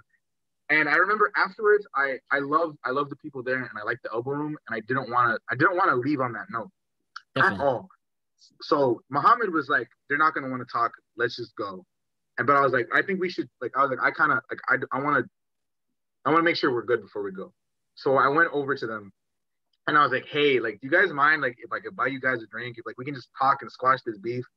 And Denver's like, man, I don't got anything to say to it. Like, he's like, I'm mad. And I'm like, I really think there's a misunderstanding here. I was like, and he's like, I'll go talk to you. So I go upstairs and I tell Muhammad, I'm like, bro, they want to talk to us. And he's like, I talked to them. They're down to have a conversation. He's like, I don't want to have a conversation. Like, they're just going to try to fight. And I was like, this isn't going to be a fight. Like, we're all adults here. Let's talk. So as soon as we go upstairs and he starts talking to Muhammad, he realizes that Muhammad isn't white. And then eventually, like, everyone starts bonding and stuff like that.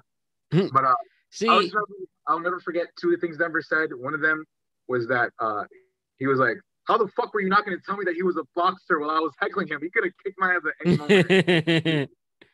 He was kind of talking about how he kind of grew up like in the, I forget what he think. We made it sound like he kind of grew up in the suburbs around a bunch of white people. So it was really funny. Muhammad was like, how are you going to come at me for saying the N-word when like it was just this whole thing. But yeah, I wish I told that story a little better. But that's kind of it was good. That wasn't me getting heckled, but I just remember feeling really involved because that was my friend shit on. a very huge misunderstanding. He wouldn't have gotten the chance without you, and have the great stories for life after that, man. You know who my favorite heckler is? Who? You know SpongeBob. You know Yeah. that oh brother, this guy stinks. Ever see that clip? Oh yeah, that's a really good impression of him too. Like, is that something that you practice? No, I looked up really quick what did he say, and I just remembered one thing I am trying to work on. I would love to be an impressionist. It's here or there, but like either ones with the Donald Trump or the Arnold Schwarzenegger or like I'm really good at hearing them in my head, like whoever to make fun of, like the joke is on it, and damn tigers. Bill Cosby? Like that. Was that Bill Cosby? I was just the joke is on. Oh, yeah. My impressions are, I really want to do them. I practice them. Some days good, some days bad, but it's just like, it's almost like singing. I've heard it's like you have to hit different notes with certain people. That was one way someone explained it. But like, again, I can hear the person in my head, but it's just getting it out there. It could be hit or miss. Can you do any impressions? Let me think. I feel like there's one really obvious one that I'm thinking of that I can. Oh, have you ever seen Rick and Morty or Adventure? Oh yeah, we have a Rick and Morty poster right up there. You know Mr. Meeseeks, right? Yeah, man. Okay, are you familiar with Lemon Grab from Adventure Time? Yes, actually. Okay, it's been a long time, but I haven't seen that. But yes, great show, but very underrated. Legacy. Roiland, who does the voice of Rick, Morty, and Meeseeks, he does Lemon Grab. So I'm gonna do. It's very loud, so I'm gonna back away a bit. But if anyone recognizes Mr. Meeseeks, let me practice it real quick. Mr.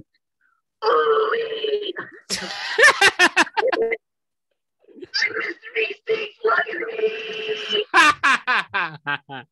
As you can tell, it's a straining leg. It's not an easy. When you go with that was really good, by the way. I thought it was good.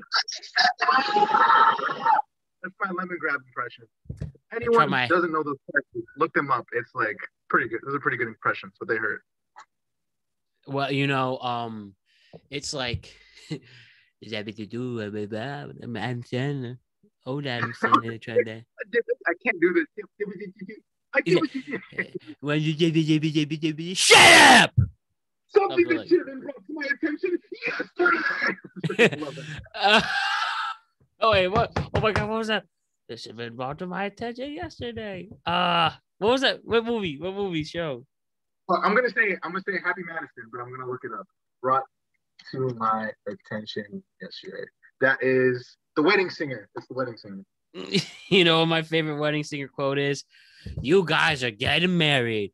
Whoopity-doo! That's my favorite line. I love Adam Sandler. Yeah, but it's just like sometimes I do voices, and I never really offend people. But there's definitely like one or two people who in the past I've been that's like, fucked up. Yeah, like don't get your panties twisted. It's just like it's a funny voice. Like you said, again, I think there's a clear difference between doing a bit and like actually being malicious and mean. I think you could see the tones and you could see the motivations behind it. And like, can you walk with me more? When I say stuff like that, some people say, well, comedy is dead. How can we be funny if you're so offended so easily? But what would you have to say for that?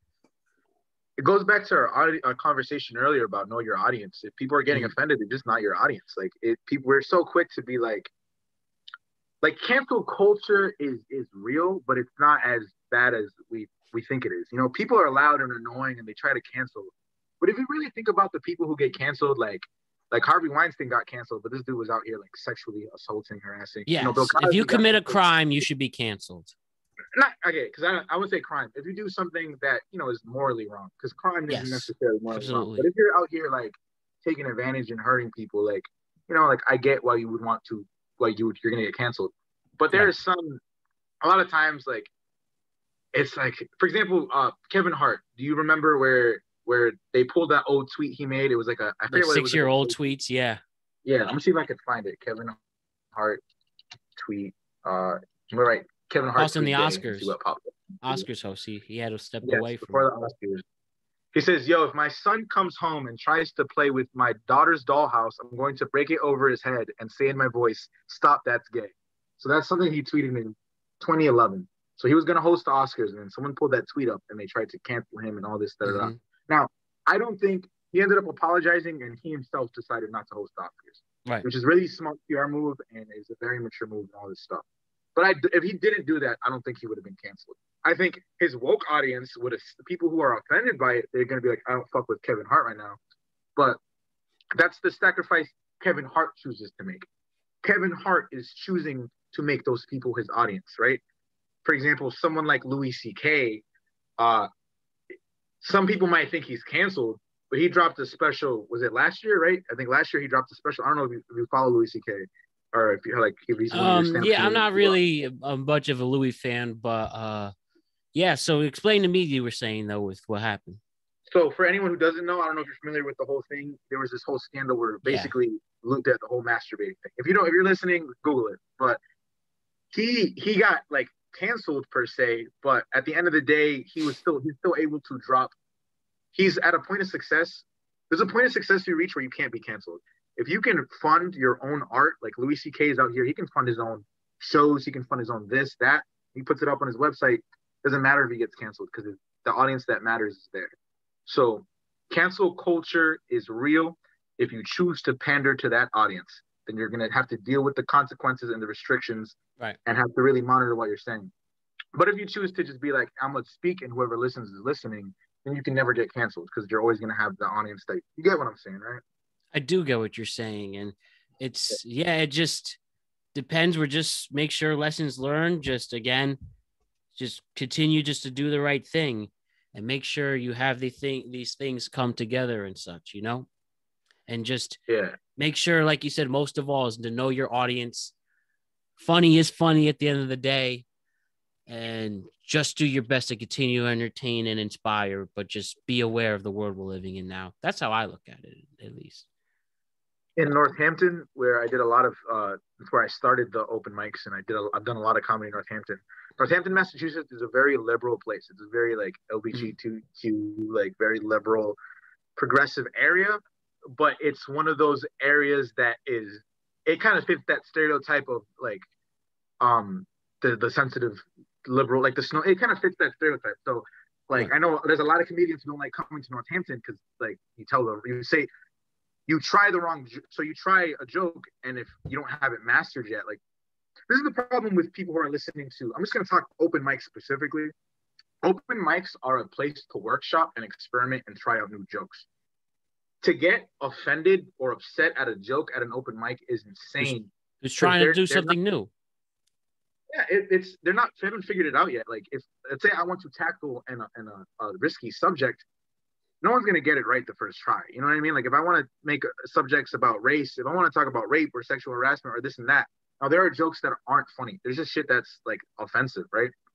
But I think you have to, if you're an audience in an open mic, these people are workshopping and they're new to it. Like, there's no point in getting offended. There's no point in getting mad. I mean, you can let the people know. I say this. If someone says something that offends you at a show, I've had people come up to me and been like, hey, that joke you told, I would, that wasn't feeling it. I take that. But when it comes to just the attitude and sometimes you get these vibes from areas like that. But the upside of performing for a very like woke audience is it forces me to be creative and think outside the box. So there's a lot of jokes that I've come up with and a lot of ways to tackle offensive things that I wouldn't have thought of if it wasn't for having to try to cater to a very sensitive audience. So I want to say, like, that's a really cool, that's a neat part about like cancel culture, woke-ish people, is they're going to push you to be funny in a way that you weren't before. If you choose to take that challenge. That is a great way to put it. And I guess really hasn't been explored. It really does trade you. You have to do a plan B. And again, as we said, most of the time in the theme, funny is funny. So you could be funny even with these quote unquote restrictions and still provide it off. Don't you think? Yeah. I think for some people can't, not because they couldn't if they tried. Like, for example, I'll say, I'm gonna pull a comic out, right? I'm gonna say Bill Burr. I think if Bill Burr Bill Burr. wanted to pander to certain audiences, he could. He's hilarious. He can do whatever he wants to do. Oh But yeah, he's Goldberg's great the at kind of heckling hecklers. yeah, he'll fucking destroy a heckler, and he won't bend to the whim of the audience. You know, like I wouldn't consider myself someone who bends to the whim of my audience, but I'd like to know, like, all right, like, what are the kinds of jokes that'll make this crowd laugh? Like, what are the kind of jokes that will make this crowd laugh? Like, I think there's my own humor that I find funny, and then I try to find how that humor works with different groups. But there are other comedians who are just themselves, like, it's just they're gonna tell the jokes they want to tell, and they don't give a fuck who the audience is. Like Tom Segura is a comedian who's like, it doesn't matter who I'm performing to, black, white, young, old, Asian, Australian. I'm gonna tell the jokes that I want to tell. Where other comedians might be like, all right, I'm gonna change my set a little bit. You know, I kind of I know what's more likely to maybe make this group laugh or make this region laugh, et cetera, et cetera. So that's another thing that so I forget what I'm responding to, but I know it's related to something that you said. No, you're just about this. You're just mentioning about the political correctness of comedy, how it's either it can be challenging, it can be an obstacle to overcome, but we won't let that bring us down, and we are still able to overcome that. And as you said, just know your audience, and you will still be funny with that. And I actually appreciate that because a lot of people I've never heard. I mean, when you said the one thing I like about cancel culture, I literally never heard that sentence before, but you were able to do it. And that's a new idea that I never really thought of. And you're definitely having a video highlight of that, but I think it's just a genuine thing people should hear out. So thank you for that. Oh, Maybe it isn't so bad. Yeah. I mean, it's bad, but like there's a silver lining in everything, you know? And part of that comes from I've been involved with art for a really long time. And so I'll tell you, like, what got me into it is when I was really young. So before I was even born, this goes back to like, so when my mom and my dad started dating in high school, my dad owned a camcorder, and they would film like short films on the camcorder with the family. Like they would just like make a movie, da da da. So when I was a kid, when I was 5 or 6, we would do that with like my cousins and my dad and my family. Like we would take a camcorder and like, let's say like this is before Windows Movie Maker. This is before like video editing software. Mm-hmm. So it would be like you have a camcorder with the tape in it. And then for the opening credits, we would write the title of the movie and then we would record it. And then we would move the camera down on the piece of paper. Like, you know, like in Star Wars, they kind of do the text crawl that way, right? Like it's moving down the thing. So that's how we would do the credits. And then because we couldn't edit. That's pretty clever. That's a pretty clever way to do it. And because we couldn't edit, we would so like say we had to cut to one scene to another, it's just the old school pause. And when you got to go to the next scene, you continue playing, like, you know, when you have everything set up. Right. So we were basically like live. Like if you made a mistake, you were fucked. Like it's just kind of whatever. But they were little home videos that we made.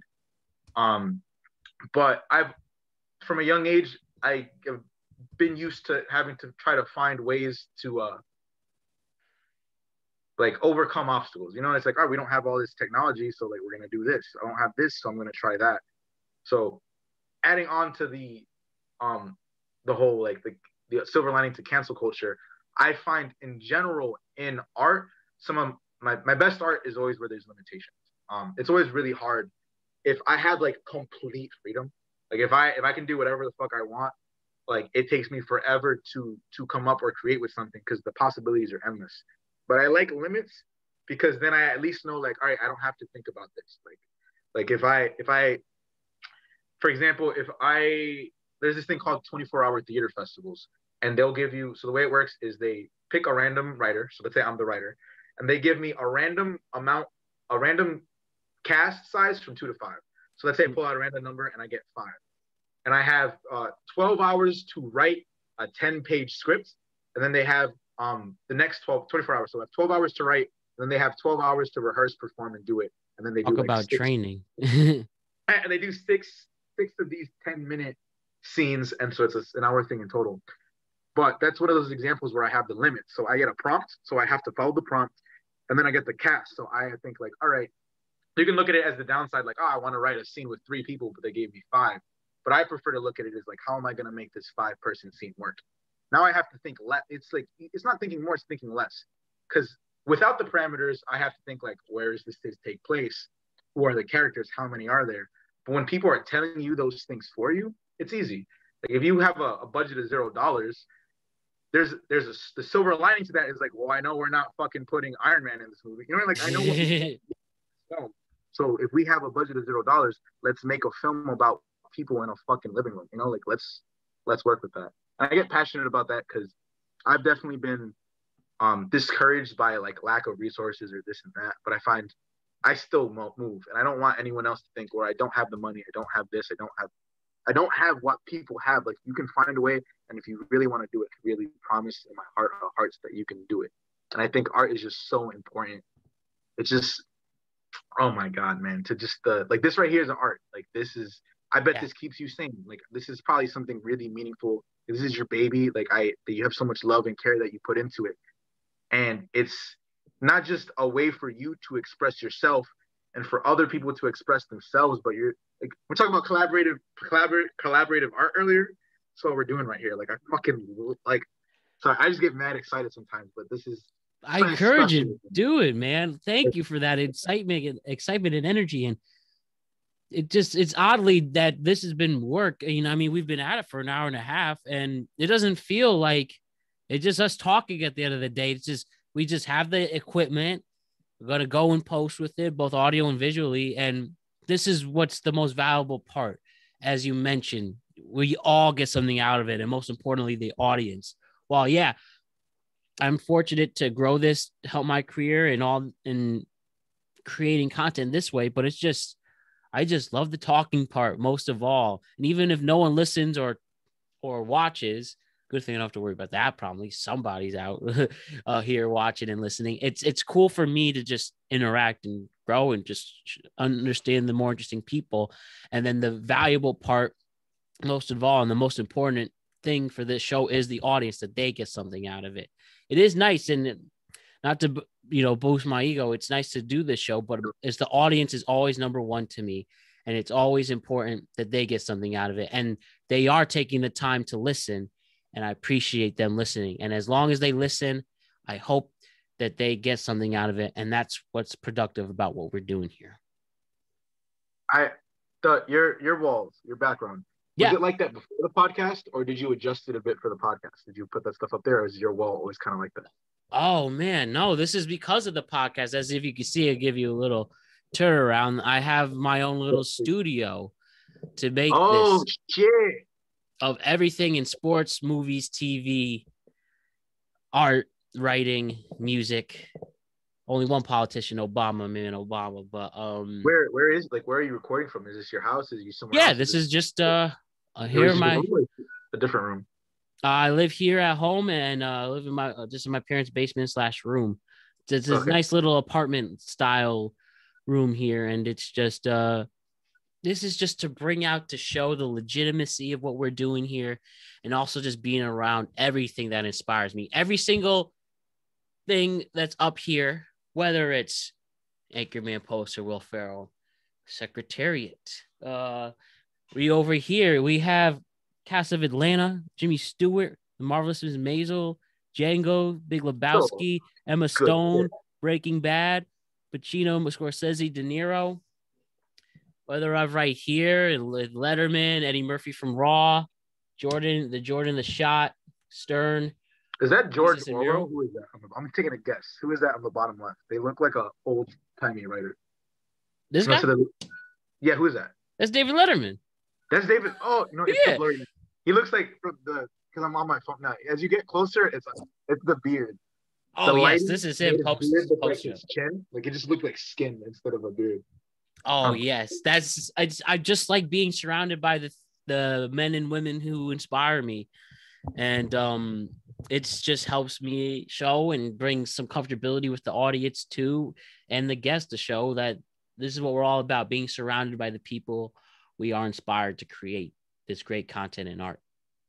The reason I ask is because part of the reason I haven't gotten, like, I have the equipment for mine, but I don't like, my room is just a plain room, and I really want, like, I think presentation is important. As we were talking about when you want to track, physical is important. So now, because of that, I'm definitely not stalling it, but I'm still figuring out what I like.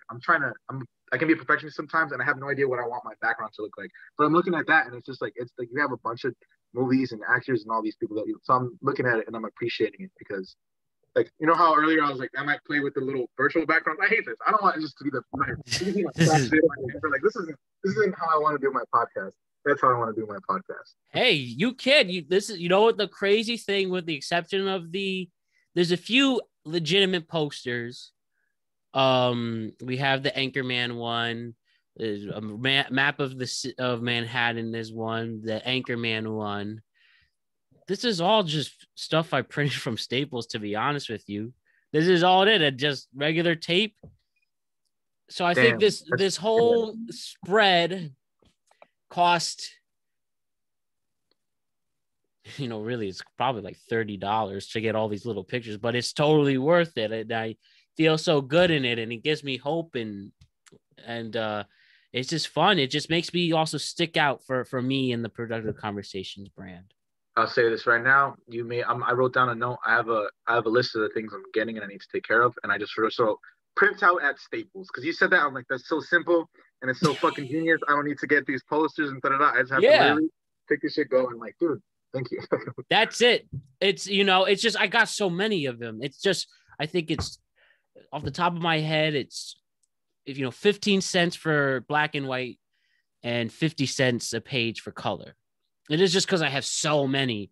That's why it just adds up, but it's totally worth it. And then I have these. This is the old Blu-ray cover, Django Blu-ray cover, Big Lebowski Blu-ray cover. That's what I took some of these as well, because I thought I was going to be Blu-ray DVDs for life, but nope. The streaming services just make it so much easier. And if I want to watch behind the scenes stuff, I could just YouTube it. They all promoted it on the streaming services too.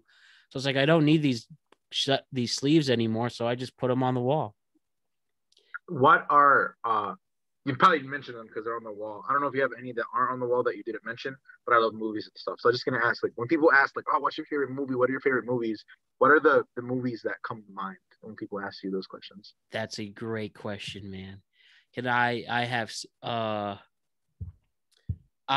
have an answer for you there. So my favorite movies off the top of my head, I would have to say The Departed. I love The Departed. Very special. That's my probably truly absolute favorite movie. Scorsese's The Departed. Crazy. I would have. Yo, yes, man. It gets me every time. I always think, spoilers ahead. I always think Leo's gonna get Matt Damon to jail, and fucking that twist, that guy who I can't think of the guy's name who kills him, but you see him in the very beginning, a little foreshadowing with Nicholson as Frank Costello, and we know what happened. But still, can I say one thing? What do you think about the rat? Do you think it was too corny? It was too cliche in the very last frame? Say that again. The what? In the rat runs around after Mark Wahlberg's character kills Matt Damon. It's been a while since I've seen that movie. I definitely don't remember I definitely remember the general plot. I definitely remember the final scene. Well, we're not you already said spoiler. I definitely remember that everyone killing each other in the end, but I don't remember the rat thing. It's not that fresh in my mind. I remember in Matt Damon and what am I, a fucker son? Mm-hmm. My failed attempt at a Boston accent, but sometimes it isn't there. But... I can't do it either. So I can't. The closest I can get is to saying shit like when people are like "cough," I can't even do it. I was gonna say "cough." Like the thing with the Massachusetts. Again, I'm sorry, I'm not an expert at this, so if I mess this up, sorry, but like I feel that it's more at the lower part of your. Like the lower part of your sternum and the tongue. How are you? Boston. Right. I like Fenway Park. That's where you get that Massachusetts. Can I get a quarter for some water for my daughter? Can I get a quarter for the water for the daughter? And then New York is more you pushing the tongue you put the tongue on the teeth, and that's where you go with the New York accent. How you doing? Let's go Yankees. You got the like Italian mobsterish New York, and right? You got the. Yo, man, why don't you shut the fuck up about it? Well, you should. Nah, I'm playing about it. Hey, I got an offer you can't refuse. That's the best thing. I got an offer you can't refuse. So yeah, the way I get the New York and Boston. The New York is just make sure you hit the top of your tongue with your teeth. That's how you do them. And then Boston's just let that tongue out, motherfucker. This move, motherfucker. I definitely think. I think that the. Do the New York one again. I like the New York one. That one feels easier to me. Yeah, you just have the top of your tongue on your teeth. The top of your tongue. All right, I think am I kind of doing it? Is this kind of that's a really good one? That's a good one. Yeah, you want to get some managot? You want to get some managot and prosciutto? Hey, you trying to fuck some bitches tonight, Matt? You trying to go out to the strip club? You know, I got my gumad at home. So what do I need to do? The fuck I gotta do? I guess we can bring him back to my place, but I live with my mom too, so she might not be too cool with it. Oh man, good times. But yeah, just back to the movies. Also, just Pulp Fiction. On the waterfront, I like Toy Story, the original. I really like Once Upon a Time in Hollywood a lot. I have to go. I just go crazy, man. I watch movies. Top three Tarantino. My top 3 Tarantino. Yeah. Okay, so you have to pick 3 Tarantino movies, and all the rest are being wiped from existence, and you can never see them. So you have 3 that you get to keep. All the Tarantino movies, you can never see them. You got to keep Pulp Fiction. That changed the game. Just bringing that type of veracity filmmaking into a mainstream level. Yeah, that's it, man. Out of his 9, Pulp Fiction has to stay. What's great about Tarantino movies is they're all so different. The only similar one is Reservoir Dogs and Pulp Fiction, but they're still completely different movies too. God, this is really difficult. I would have to say, can Kill Bill 1 and 2 count as the same, or it has to be one of the? I think that's a hard one. So I'm gonna say yeah, they count as the same because like it is difficult to take one and. Yeah, because technically there were 2. There was one movie. And that scumbag Weinstein said you should split it up. But that was a really important cultural movie, especially for martial arts films, and great for the women leads in it. The action in it was just like, I remember. Yeah. I don't know if I'd ever seen. I remember seeing that. I saw that as a kid. Like, when did that come out? I want to see that. I think 04. You said 4? How old are you? 04. I'm 26. I just turned 26 yesterday. Wait, really? Yeah, yesterday was my birthday. Happy birthday, man. Look at that. On Valentine's, 2 days before Valentine's. After. Yeah. Well, happy birthday, Tom. That's awesome. Thank you. Get anything cool? Some money. I didn't I got some people threw some cash at me. But other than that, I didn't really ask it. Threw some cash at you? Chill day. I was like, I'm gonna chill. I made a music video with my brother yesterday. I edited it. Right. It was a creative day for me. I sat, I chilled out. Great. And I smoked a lot. 2008. No complaining there. Huh? Yeah, definitely no complaining. I was 7, and it was the scene where where the bride is fighting all the people in the end of the first one, just cutting the people up, and the blood's going everywhere. And I remember the first time when she cuts Lucy Liu's head, and just that seeing that in film, I'd never seen anything like it. Oh yeah, intense. Just the filmmaking styles, the different colors, insane decisions in the cinematography. It's poetic, really.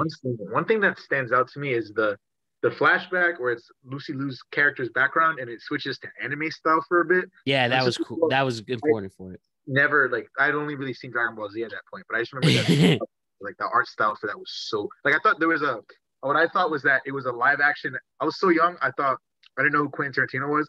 So what I thought is I was watching a live action adaptation of an animated series. So they had kept one of the scenes from the series in it, but that's not what they You want to hear my Tarantino impression? Now, this is my friend did this one. He does it better than me, but it's like, you ever see that movie? Why do you have your movie so violent? Well, because Jan, it's my movie. I could do what I want. It's fun, Jan. You definitely got the gesture. Like I say, I think that's part of the key. You were talking about with impressions, the voice, but I can see how much the gestures are helping you with the mouth. Always moving around the head. It's my movie, Jan. He's a character himself as well. Oh my God. One of my favorite, when he doesn't go, he when I can catch him on radio interviews like the old ones, when he would go on Stern a lot. He's been on Stern a lot. Just such a fascinating fellow. That's why the best filmmakers are just so fascinating people, man. But what about you though? Who are your movies that you like? Then you would. I said, who are your movies? What are your movies you like? What are some of your favorites? Put Quentin Tarantino's up there. Oh, by the way, sorry, I don't mean to interrupt, but the third one, Pulp Fiction, Kill Bill has to stay, and Once Upon a Time in Hollywood. Wow, you would put that above Django Unchained? Do you think Once Upon a Time is better than Django? And with my film degree, I would have to say that I think in the most cinematic value that Django is a better movie, but I like Once Upon a Time in Hollywood more. Say what I was gonna do is if you had said yes, Once Upon a Time in Hollywood is better, I was gonna walk out and just be like the podcast. But because you said it's a personal thing, I was like, okay, all right. Yeah. I'll say this: I didn't hate Once Upon a Time in Hollywood. I enjoyed it my first watch, but I'd put it like lower of my Quentin Tarantino movies. I understand. I do understand that. Had amazing moments. It's Quentin Tarantino. Absolutely. That's why we worship him. Film-wise, inspiration-wise, I'll say this: I'm biased towards superhero movies. Like I love Marvel, DC. Like, what'd you think of the Justice League trailer? The Snyder Cut, man. Imagine that just becomes a big flop, and that just proves DC is cursed. Yeah, Justice League was one of the most disappointing superhero movies I've ever seen in my life. I think I preferred not the films, but like the comics in general, like the characters. I think I preferred DC over Marvel. Well, Marvel's movies are way better without it. Yeah, that's what I feel the usual consensus. I mean, like the Frank Miller Batmans are just so almost operatic the way it is, and the stills and stuff. It's insane. DC movies, I'll say aside from superhero movies, Christopher Nolan's Batman movies are fucking amazing. Yeah. Batman Begins and The Dark Knight are two of my favorite movies of all time. The Dark Knight, man. Dark Knight. Some people prefer Dark Knight totally over Batman Begins, but to me, Batman Begins is as good as a film as The Dark Knight. I think they are both. It has grown better as the years have gone by. It's had a better reception. As I saw it as a kid in 2004. And I remember being disappointed because I was used to the comic booky cartoon Batman, and it was very grounded. Not a lot of that was a good show, the animated series. Yeah. So when I saw it, I was like, this isn't the fucking cartoon. But as I grew up as an adult, I realized it's a fucking masterpiece. It's supposed to be if Batman is real. This is what would happen. And it's perfect at that. Sam Raimi's Spider-Man movies. I even like the third one. I love the whole trilogy. Damn, man, Tobey Maguire going emo.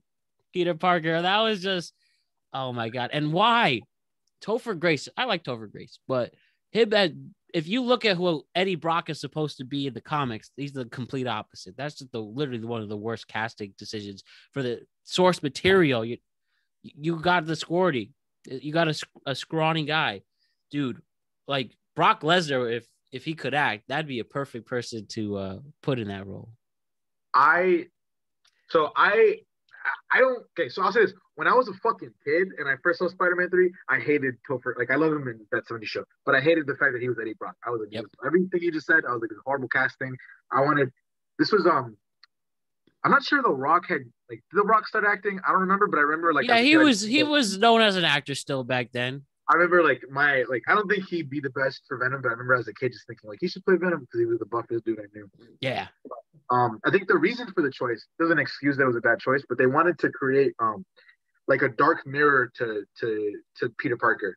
So you know how in the Marvel movies, usually in the first film, in the first Iron Man, it's Iron Man's an evil robot, so he's gonna fight an evil robot. And the first it's the origin story all the time. Yeah. So they tried to make a dark version of Peter Parker. So they were since Peter Parker is skinny and Spider-Man is skinny, they were they're going to cast someone who looks like Topher. That was the mindset. It wasn't a good idea, but they were trying to create a dark version, but I still think Peter Parker.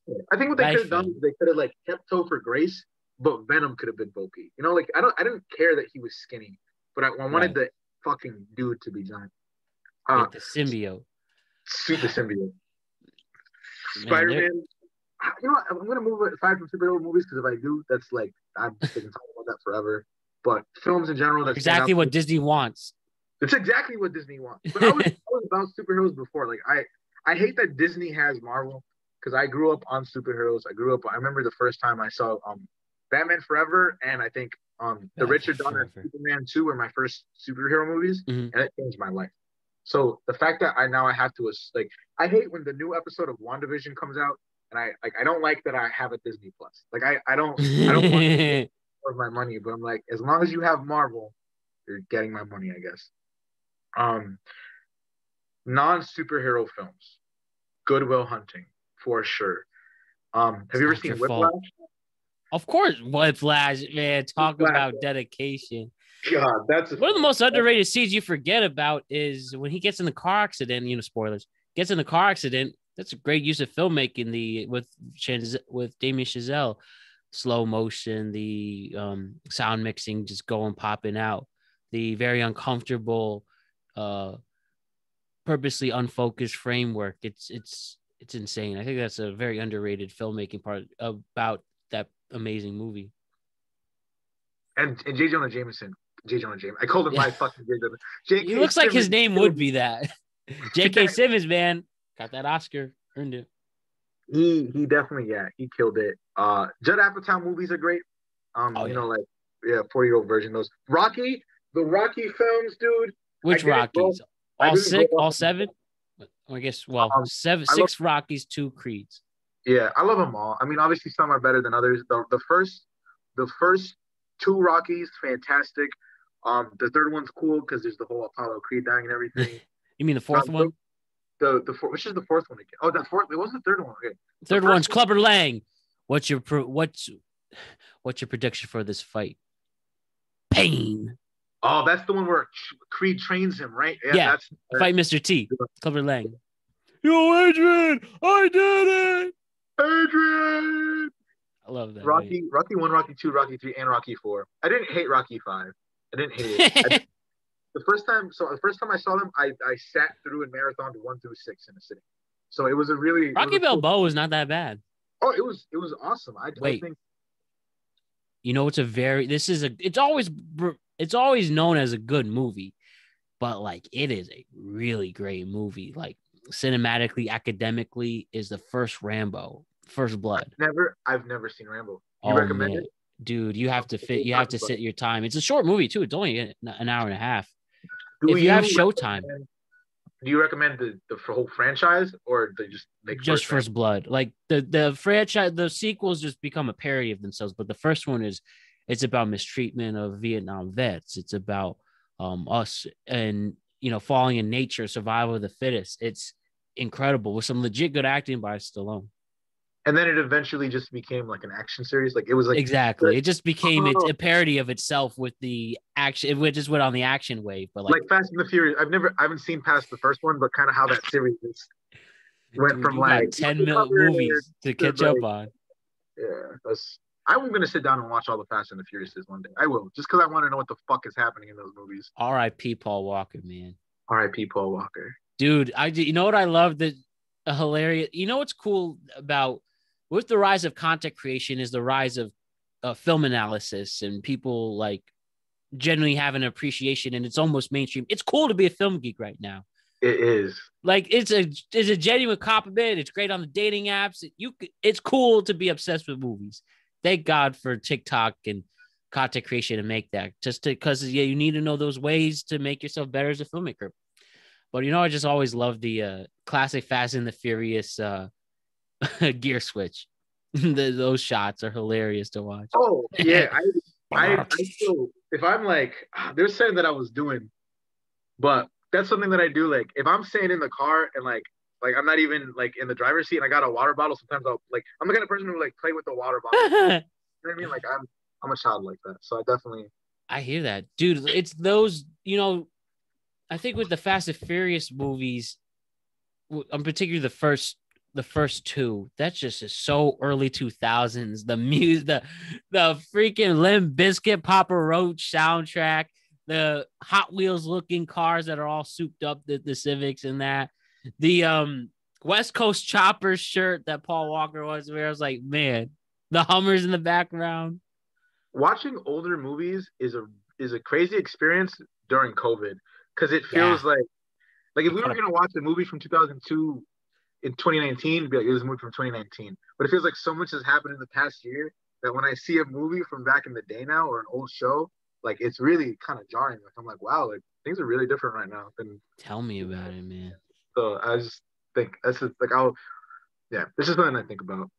I wanted to add on to one thing you're talking about was the those things that are popular now, Mhm. and that's one of the things that helps me with my confidence and trusting my gut. Because as a kid, there's a lot of things that are popular now that you were uncool for when we were younger. And I remember like, I felt embarrassed as a kid being a superhero geek. There were just things that Yeah, right. It's cool to like yeah. superheroes now. And I realized that all the things that I got made fun of as a kid, or the things I was embarrassed about, are all the things that are cool about me right now. So, is there anyone else who's ever like, if you ever like something and it's not the cool thing, or you just feel like you're not fitting in, like I promise you're ahead of the curve. Like I'm Yeah. realizing right now, because there are things even right now I can't think off the top of my head, but I realized like if when I was younger there were things that I liked and I was embarrassed about, and it just those are the things that like there's like this pattern of like I like something and then it's like, oh, that's not cool. And then I'm like, oh, well, I guess I'll avoid it. And then it becomes cool. So I learned as growing up, like to basically just stop giving a fuck what other people think. Because like obviously, like our taste matters. Like there's a reason as a kid that we were watching these really awesome things, and now it's the thing that everyone like wants to do. Like what is like nerds are gonna run the world. That's just how it is. Like we're glowing up. We're getting there. I'm just being what's the word though? Uh, I can't find the Optimus. word what I'm trying to be. Not an optimist. I'm kind of being a little shit right now too. Mhm. No, I um, think it is cool to be a nerd now. You see these Instagram models going for the Silicon Valley guys now instead of the abs and the rise of the dad bod. And man, it's a good time. so it's just yeah, it's really nice to have things that you like naturally. Because do you remember as a kid? Because I remember like sometimes like I'm trying to think of an example. What I'm trying to say. I'm having a brain fart, so I'm gonna completely let go of what I was talking about. But uh, 8 Mile, that's a good movie. I don't know if you fuck with 8 Mile. I love Obviously, dude, that final scene, is so badass. Is B Rabbit versus Papa Doc, one of the best overcoming obstacle moments ever. It's just fucking badass. Most people could rap that his verse by heart from hearing it so much. It destroys Papa Doc and the Free World crew. And it just shows sometimes self-deprecation really is almost your best bet. And as I get older, learning film analysis like that, it's like, wow, he just really roasted himself during that whole rap battle, but he just took his ammo away from him and powerful. that's a lesson that's like to this day. Like if I'm ever doing comedy or if I'm ever in a situation, because it may not be like doing a rap battle, but like I've been to like two roasts and I've been roasted before, like a roast people roasted. Oh, That's something I always think about in situations like that. I always think about that final battle in 8 Mile. I was like, all right, like what is everything anyone can say about me, and make sure that I get it out before that they can. So that's the lesson that fucking. If you haven't seen powerful 8 Mile movies and would you're do that. watching this talk, watch 8 Mile. Dude, you know what's funny? But speaking of roasts, I saw the Wendy's account just roasting people the other day on Twitter. Are they okay? Because I'll see the screenshots of that, but I assume that they're photoshopped. Is Wendy's actually out here like throwing shade? Yeah, they do legit promotions, and then I think they have that comedy team that just goes in. Like when they did the Raisins Company, they said, "Who wants to get roasted?" The Raisins. Who was that famous Raisins Company? Uh, is it this California or something? Yeah, California Raisins, and they're like, "Roast us," and he's like, "You guys ruin cookies." I was like, I'm looking at the the things right now. "Yeah," but that's literally the Wendy's account that's just destroying people. This is a good one that popped up. I'm going to McDonald's. What should I get? And then Wendy's responded with a Mac refund, which is kind of savage. They legit tweeted at McDonald's and said, "Roast us." Someone said, "Wendy's, your food is trash," and Wendy's said, "No, your opinion is though." All right, I'm gonna close this off. Or I'm just gonna. Definitely a Wendy's rabbit hole to go down at some point. Oh yeah, right before going to bed, just the Wendy's rap roll, they just go in. Can I ask? Yeah. Because I feel like there's a lot of questions I feel like I can learn just by watching more of the podcast. But I was two things I was wondering. I don't think I know how you started this podcast. I'm not sure if I've seen someone where that came up, how you started this podcast, and just kind of like what do you do outside of the podcast? Because I know you do the podcast. I know I heard some of the stories where you were involved with who you were talking to. You were talking to the artist, and I remember you were talking about like the frat. You were the president of the frat. Yes, at one point. Like that's like I know kind of a bit of your backstory and all that, but I'm just personally curious how you started the podcast and like when you're not podcasting, like what does Matt Brown do? Like Tom doesn't know. Well, one thing, I'm not employed at the moment, so I lost my job in the pandemic and worked TV productions. Worked in 4 years in New York City, and then was planning just to get to my next gig as I interviewed for it and one of the big talk shows in New York, and the pandemic hit and ended that. So it was about like 5 months. All I did was watch movies and write and try to figure stuff out. So what did you write?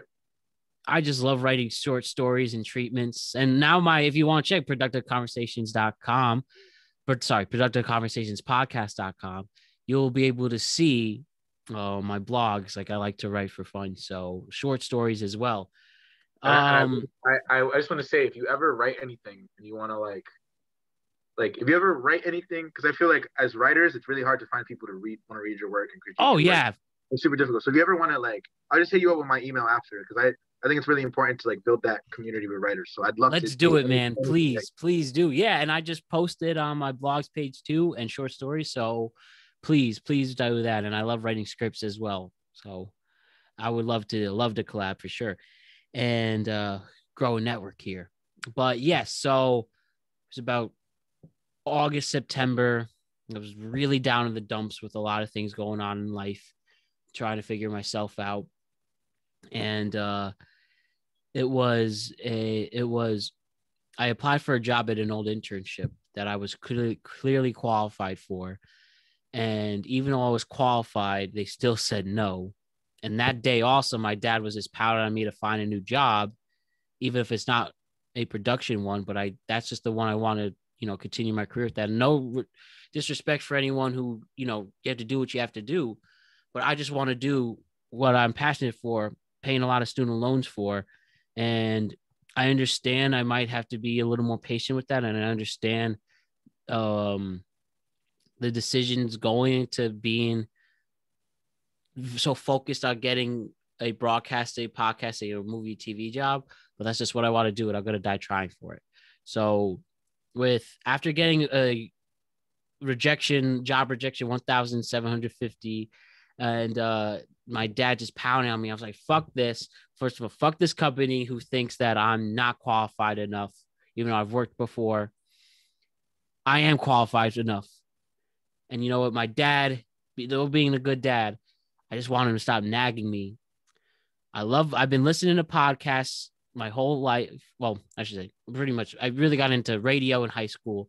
Radio turned into radio and podcasts. So I just knew I was good talking. I used to be a SiriusXM intern, so I learned how to facilitate equipment, how to edit audio. And with all that, and I had some money I saved and a little help from a stimulus check. I just went to buy the equipment and I started working on Productive Conversations podcast. And the name Productive Conversations is my way of being productive to show my dad I'm doing something with myself, but also, as I said, getting to know people, gaining the audience's approval and trust while always being productive with what we do. So with that, I got the equipment, designed the logo, and it took like 2 weeks to get us all together, get my first guests, figure out both the video aspect too. So I bought cameras. I do have cameras for in-studio shows, as you've seen. We've only done a few, and then some cases went up. But as weather gets warm again, hope to have people to come and see the studio. So with all that, and still try to get my career on track, still waiting for that new job, I created the podcast. It's another way just to show these interviewers and hiring managers, hey, I was told no, I can't do it. But yet, from everything I learned, and from that show I interviewed for, that specific late night talk show, they needed a lot. It involved a lot of digital marketing and promoting content. I'm going to use what I learned in my interview process for my own show. And now we're here. And so we're 1,000 plus downloads in 4 months, 14,000 YouTube views, and we just keep going from there. So I created the podcast to get my career back on track, not be so down in the dumps anymore, doing nothing. And also just my way beyond the mics, beyond the video cameras, is generally get to talk and network and establish some connection with someone. So that's what brings us here today. Well, I'm glad that happened. I'm glad you got laid off. I'm glad the pandemic happened. Honestly, like, yeah, this wouldn't have happened if it wasn't for COVID. That's for sure. And there's something really fulfilling about when you're, there's always, like I said earlier, there's a downside of being responsible for every aspect of your art. But the upside is the freedom. Like I'm on your website right now. I'm gonna ask you because I feel like actually no, yeah, I was gonna ask you after. Keep asking. Encourage it. They want to know. I was gonna ask, where did you build the website? It looks really nice. Yes, Productive Conversations Podcast.com. So while I was interviewing for jobs, again, having a hard time getting, I'm really good at getting interviews, getting to final rounds, but I never was the final choice for whatever reason. So I thought at the time, I'm going to write these blogs. And if they're still hung up on, if these hiring managers and producers are hung up on the decision between me and a candidate, they could read these blogs specifically of me overcoming obstacles early in my career. You'll see like the mic's on me saving when I was working at TRL as a PA and saved the show. Whether it was interviewing for a dream job and overcoming that. I interviewed for the Tonight Show with Jimmy Fallon for an internship. Didn't get it. Learned to overcome that things are going to be okay. And then I did a more CNN, which I think is even more valuable in a way because I learned how to do program development and working. And that got me the CNN internship. So I made the blog, this whole site, just as another way that these hiring managers could read my blogs. And if they're stuck on decision, okay, Matt has proven himself. He's pushing his way through. So I made the blogs and I had the site just to get noticed by these hiring managers. So that was 3 years ago. Fast forward, even though I was still trying to get my next opportunity, I'm paying for this site already. I can learn more about Squarespace and how the sites come together, and just looking at all various other podcasts and networks, whether you're a Barstool, a Nerdist, The Ringer. I'm just going to make the site myself. I'm already paying for a site and a domain name. So I just transferred mattbrownblogs.squarespace.com into productiveconversationspodcast.com. And now it's here, just watching a lot of YouTube videos, learning about certain coding things and embed players, and just another way to showcase all of my guests to say, hey, you're worth something. You have your own page with everything here. So that's why the website is created. And just another way, again, to these hiring managers who, for whatever reason, didn't think I was a qualified candidate to get the final job.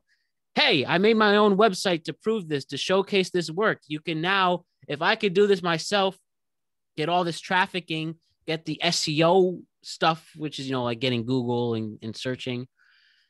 I could do it for you guys. So that's another reason why I bought a domain and keep pushing the podcast forward. Hey, and I think you keep going. You might get to a point where you might get an offer and be like, I'm better off on my own. I think that's like, I would love to be at a point where the end goal is to be my own boss, right? At the end of the day, for sure. I think you're the same. You don't want to work for someone. And obviously there's steps to get there, but I'm just putting it out to the universe. I hope that you go straight from, I hope productive conversations is all you need.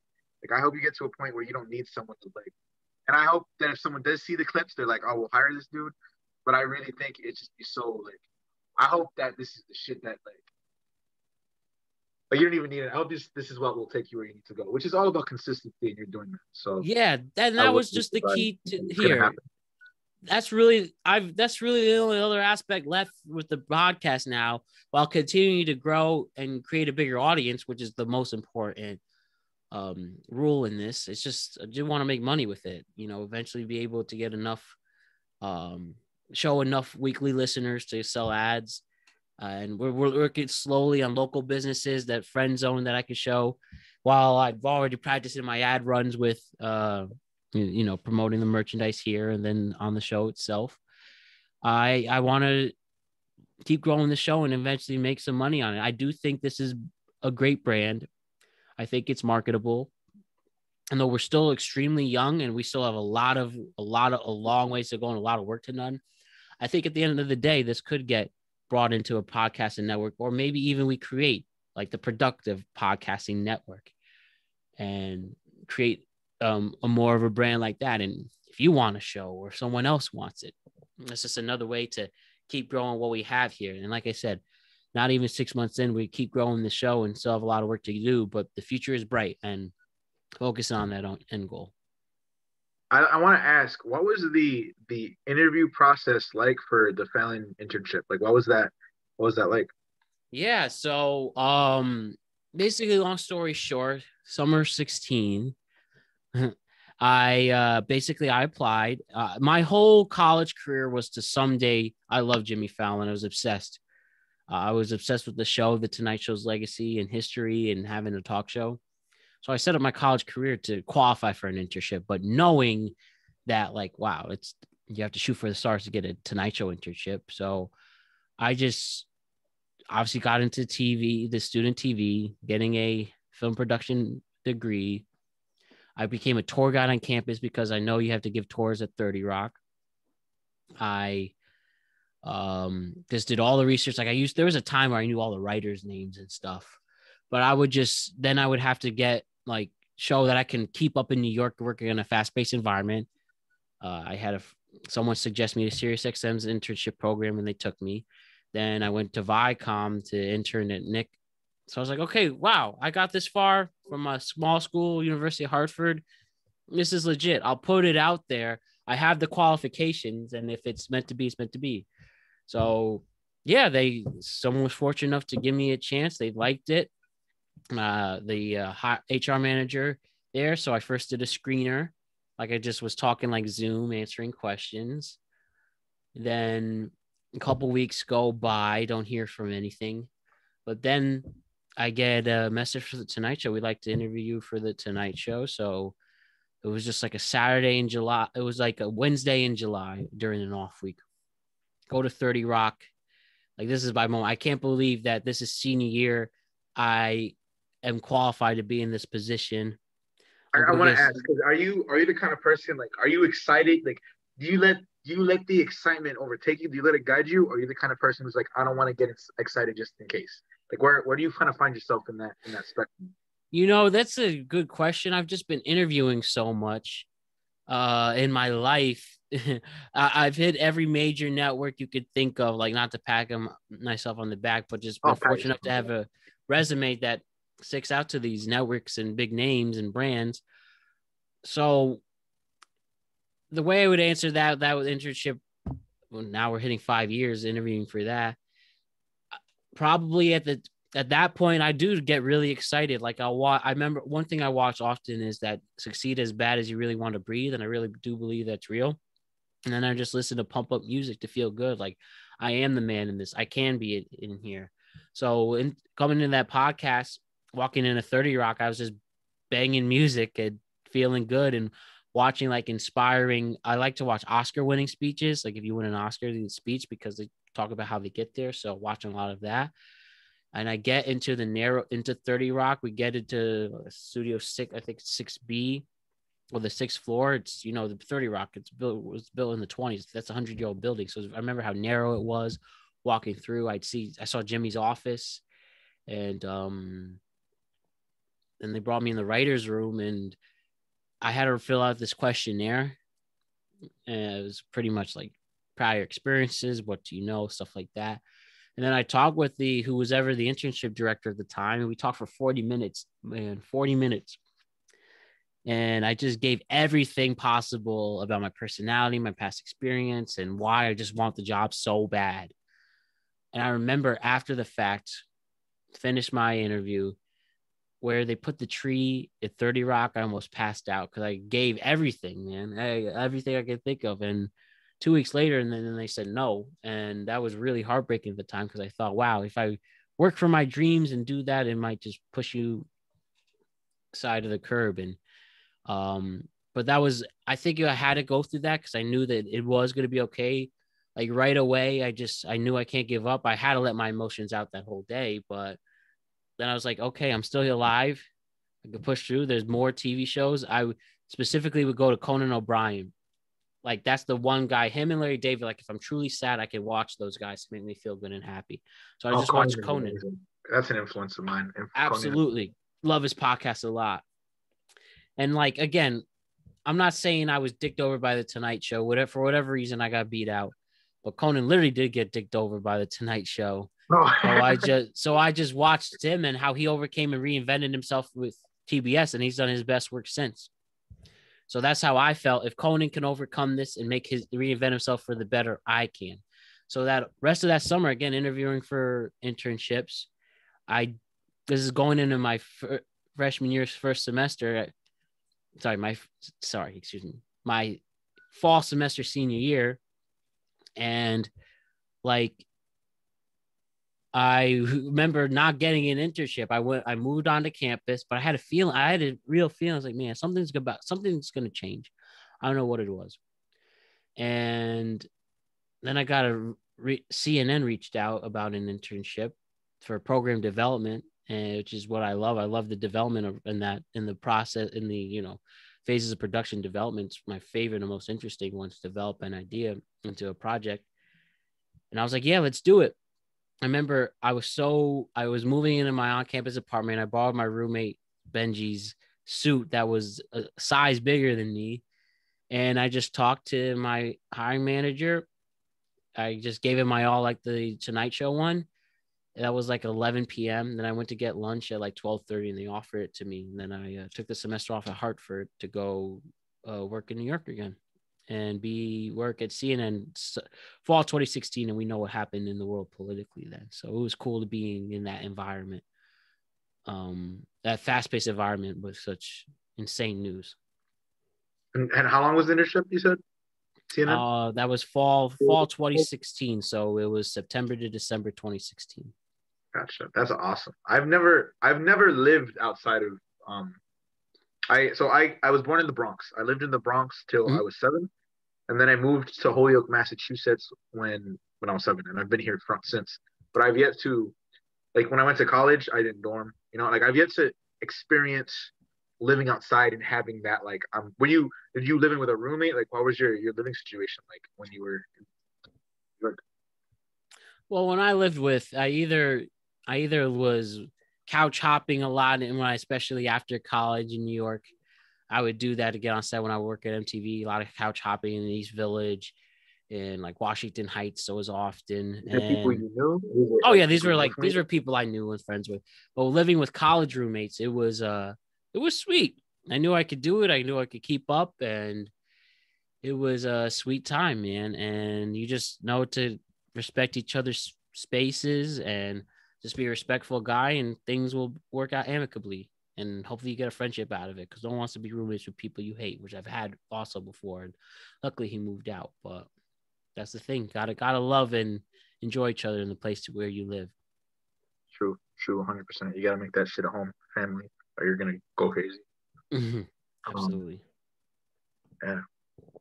So yeah, I hear you. I'm trying to get out and about too, but you got my support, and with your talent that I clearly see, it's going to be taking you places, Tom, and I can't wait to see what it does. Same. You're one of those people, like, I don't know if you ever see people and it's just like there's no, like, I know for myself, like, there's no other option other than what I want to do. Like, it's not like, oh, what if you fail? What if it's like, no, it's going to happen. It's just a matter of when and how, right? And not being afraid to get rejected like that.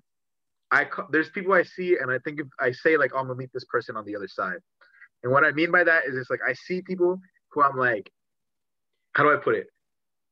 Like, when you hear a celebrity on an interview and they mention how, like, they knew another celebrity before they became famous, or like they were roommates or they worked together, like, you're like, oh wow, you're one of those people who I like see. Like, I don't know if you ever meet people and you're like, I'll see you on the other side. Do you know what I mean by that? Like, you ever have someone in your podcast? Oh yes, like, that's a really good feeling when you're like, oh, I can't wait to, like, just be like trying to think of some kind of, like, event or project, but I just can't wait to be on the other side of where I want to be, like, to achieve that work that you have to maintain, like, to be there, but to see all the other people who, like, worked, who you were like, oh, remember we were here, and now we're like, I'm just so excited for that, because I know I'm gonna enjoy it, like, because gratitude is so important, and, like, I, like, love to see other people win, and I'm just, Ah, man, it fills me. And that's another reason I fuck with you, because when I see you talk with people, I see you get excited about those things. I see you get excited for the people. You're very, I don't know if I'm wrong in this, but you come across as an empathetic person. You come across as someone who's empathetic, but you also want to fill with positivity. You know, like if someone's saying something shitty, you're gonna like empathize. Like, but you know, if someone's saying positive, you're gonna empathize.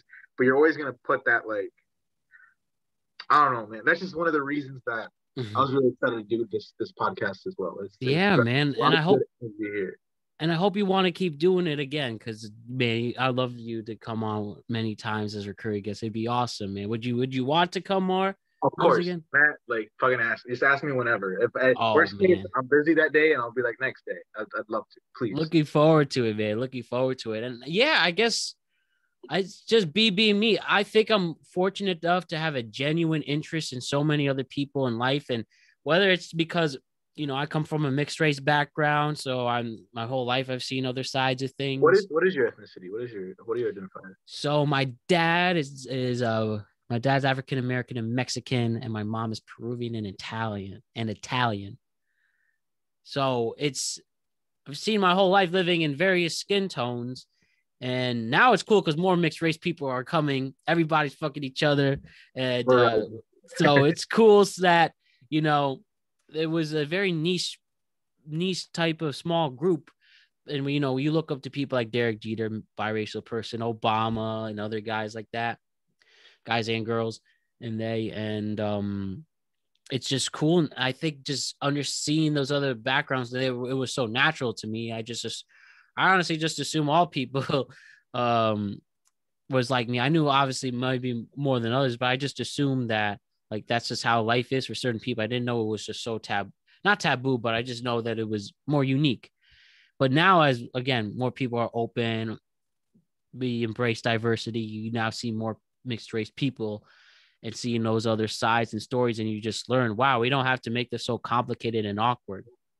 And from that and seeing that, it's easy for me to talk with any type of person because I just, I have my ethnicities, but I have other ones that are interesting and want to just hear from that. So I'm fortunate to have that genuine um curiosity, and that'll never die. And the way I just talk like this is just how I talk with everybody now. And it's really cool. And I also think that just hanging out and being cool and just not being afraid either. I just think I've been fortunate enough to not be afraid to go ask there and have those questions and having that empathy, because I think everybody deserves it as long as you don't screw me over. But if you screw me over, I will not forget it. And, you know, there's a time and place to, be happy, go lucky. There's also a time that you have to just be real and more patient and mature. But there's here for everyone. And I just want to show with my show that you can have these convos and bring all these people together. Like I've had two drag queens on. I've had a born again Christian. Both sides definitely don't understand. It's like, of course, some understand more than others, but usually or historically, you know, someone with a Christian conservative background may not understand, or someone who does drag and the empowerment they give. But me with the show talking together, they're just different people finding their purpose. Whether it's Matt as the born again Christian who found his purpose in life to serve the Lord, he found what he's meant to do, and that's in fulfills his life and spread the message, even though it's not for everyone per se, but he's still just a guy trying to find his purpose. And whether it was Miss Jada Lee or Miss Lily Garcia, finding their purpose of creating characters, creating entertainment, and just telling a story and spreading love and awareness. And even if they come from two completely different worlds, you don't have to have beef and you don't have to preconceive judge. They're just people trying to find their place. And that's what I just hope to do with the more guests that come by and understanding where they come from. Are you a spiritual person? What Yep. is your yeah, how do you feel when it comes to beyond the material, like right? What are Mhm. your thoughts when it comes to those things? Yeah, I consider myself a spiritual. I grew up Catholic, so I don't really identify with my Catholic views as I once did at one point. So now I am. So not really, I'm not a Catholic anymore. I'm more of a spiritual person. I believe in God. I'm someone who prays. And, that's just my way of life. I pray every night. I push through. And that's my way of like dealing with the insane world and having faith. And I understand that's not for everyone too. And people have different gods. People have different beliefs. And I support them and I encourage them and I'll pray with them if I'm welcomed. And that's my way. I understand people who don't believe in God. I understand people who are agnostic too, but I just feel for the people that you're all just trying to find your person. And some people who aren't religious just want to be a good person. And that is still amazing too. So I think any way, whether spiritually, with faith or wherever, as long as you're trying to be the better person, you got my support for it. What about you? I was baptized when I was younger, so I was baptized Catholic, but I was never a religious person. I Yeah. would like my aunt would take me to church. I'm when it comes to the Bible, I'm pretty versed in a bunch of things, but my I don't necessarily like using the word God because I feel like people have the connotation with the Christian God and all those things. Mm-hmm. But like, I'm the same way where it's like I prefer the word spirituality. I also don't like this Yeah. the kind because I feel like there's this like stereotypical person who's like, I'm not religious, I'm spiritual. But that's exactly what it is for me. I'm not religious, I'm spiritual. It's the same thing. I pray, I affirm, I try to manifest. For me, like when it comes to God and the universe and the spirit of love, like, these things are all synonymous to me. Like it's all the same thing. There's truth in all religions. There's truth in all things. Definitely. That's my belief. So definitely, I think there's more to this world than meets the eye, and I definitely try to communicate and build a relationship in that spiritual realm as best as I can, because I think that's just as important as all the material shit in this world. I believe it, man. I believe it, man. Yo, Tom, we've been really putting in some great work. I hope. Yeah. How long is it? I literally like. How long is it? We're about 2.5 hours, man. So this is a nice, meaty, hell of a show. I love it, man. Thank you for staying on, and I can't wait to keep collaborating. I really can't, man. It's gonna be cool. So, having said that, I like to do my last segment, the Proust questionnaire with you, where we just ask 10. Really cool. Oh, thank you, man. Now it's your turn to ask these questions. So, inside the Actor Studio, 10 universal questions we all could connect with. Now it's your turn, Tom. Are you ready to do the Proust questionnaire? Oh, I'm ready. I'm ready. Let's make it work, bro. So my first question is, what is your favorite word? Fuck. No question. Fuck. That's Easy. a popular one. That's hilarious. Yeah. It used to be as a kid, I used to really like the word indubitably because I just like that's a repeat. Bubbly. Oh, someone said indubitably? Yeah, indubitably. But Rob Douglas said that. Look at that. That's a really fun word. But now as an adult, it's very simple. I like the word fuck. It's very, very malleable. I love it, man. I love it. Dude, my second question is, what's your least favorite word? Do I have a least favorite? You asked this question and I thought about it. I know moist is usually the most common, right? I feel like people hate the word moist. I think it's been brought up like 2 or 3 times here, but yeah, usually. All right, if I had to pick an answer, right? If it was gone to my head, someone's like, "What's your least favorite word?" All right. So this is my least favorite word. My name is Tom, which is short for Tomas. And it's written T-O-M-A with an accent and then an S. Yeah, like Tomas Nito, if you like baseball, backup catcher for the Mets. I don't know anything about sports, but that you said it perfectly. Some people will say, and this isn't anyone's fault, but when someone tries to say my name, like I prefer Tom and Tommy because I grew up and my family just called me Tom and Tommy. I don't really get called Thomas or Tomas unless someone's mad at me or like you don't know me, in which case, please call me Tom.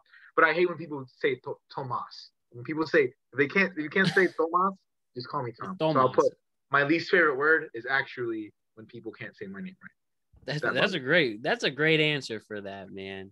Yeah, I get like Matt and Matthew. Though I low key like getting called Matthew, but usually it's just my parents or like sometimes I've been in relationships where my girl at the time would call me Matthew as her special thing. So I low key like it. So it's cool though. I remember when when people were like Tommy, that's the intimate like, oh Tommy, like if you call me Tom, you know me. But if you call me Tommy, you know me, you know? Yeah. You know, I go to Planet Fitness and the GM there called me Matthew. He asked me, Hey, Matthew. First of all, I didn't know. I've been to that gym for 3 years. I never heard the guy speak. But he's a quiet guy. He runs the gym really well. I don't even know his name, but he was just like, Matthew. I was like, oh shit, did I do something? Did I hit the weights too hard? I've been complained about that, but he's like, hey, could you just update your payment info? I was like, yeah, bro. And there's so many characters at my gym, man. There's this one guy, this dude Dave. He's sick. I'll say his name because he's just like that bro. Like he definitely was probably a bro in his day. This like New York guy. It was deep like Long Island accent. He drives a Bentley to my gym. I'm like, yo, he's such a clown, man. He's so, but in a good way. He's a funny dude. I really want to get on the podcast because I remember I said to him, I saw him yesterday in Valentine's Day, like, hey, how was your Valentine's Day? He was like, oh, it was all right. Had to have my girlfriend stay away because, I had to hang out with the wife for the day. I was like, you're funny, man. That's funny. But, man, I mean, he drives a Bentley to this normal gym in Norwalk, Connecticut. Kind of lit. Yeah, man. Is the truth? If I had a nice car, I'd probably drive it to places that I shouldn't. And I'd regret it. But I'd be that kind of guy probably. Oh, my God. You want to know something? So my mom, you want to hear about driving far places? Like, there's this girl once hung out. We had a nice night at the bar once. On the match, hung out. So she asked me to come over. She said, come over. She hit me with the come over. What are you doing text? You want come over to cuddle? That's what she said.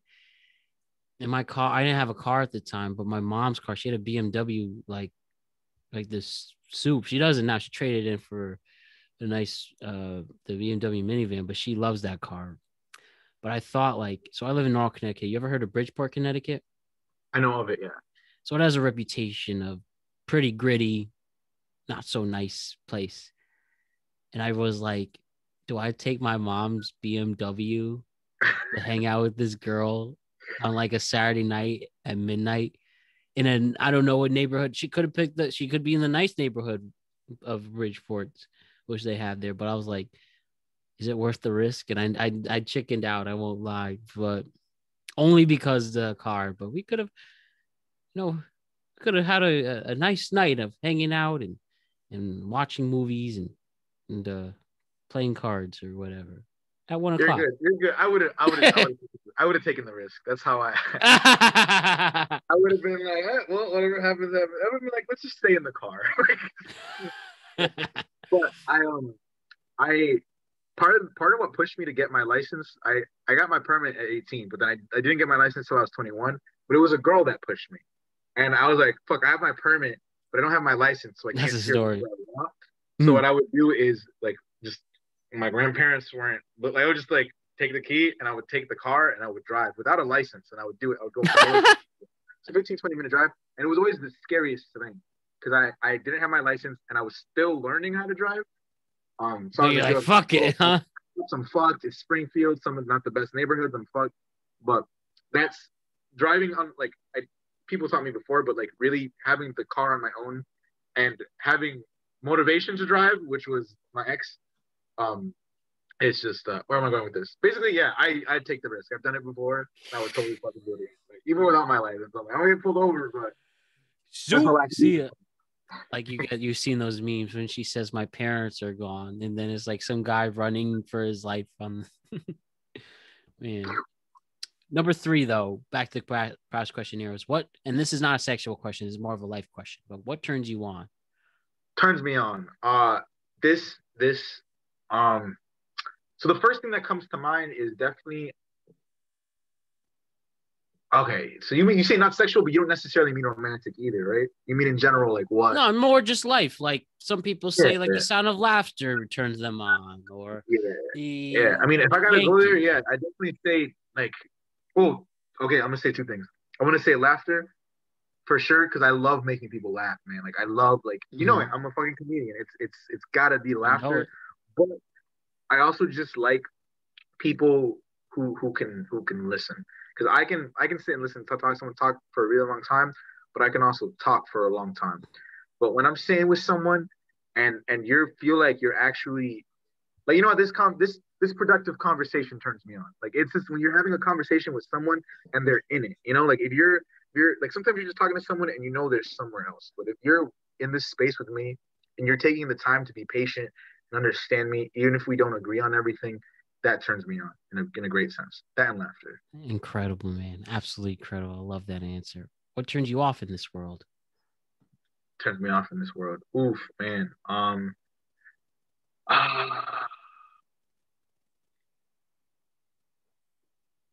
it turns me off. I really try to find the silver lining in a lot of things. I'm thinking like immediately, like, um what turns me off? Not sexual. It was sexual. I mean, if that is your answer, one person did straight up. I once said, "What?" I asked this dude. I did ask, "What turns you on?" The guy says, "Sex." Like, okay. What turns you off? Lack of sex. No. Oh. What turns me off would probably be it's basic, but the first thing that comes to mind is, you know, people being a dick doesn't actually turn me off. Sometimes it's funny.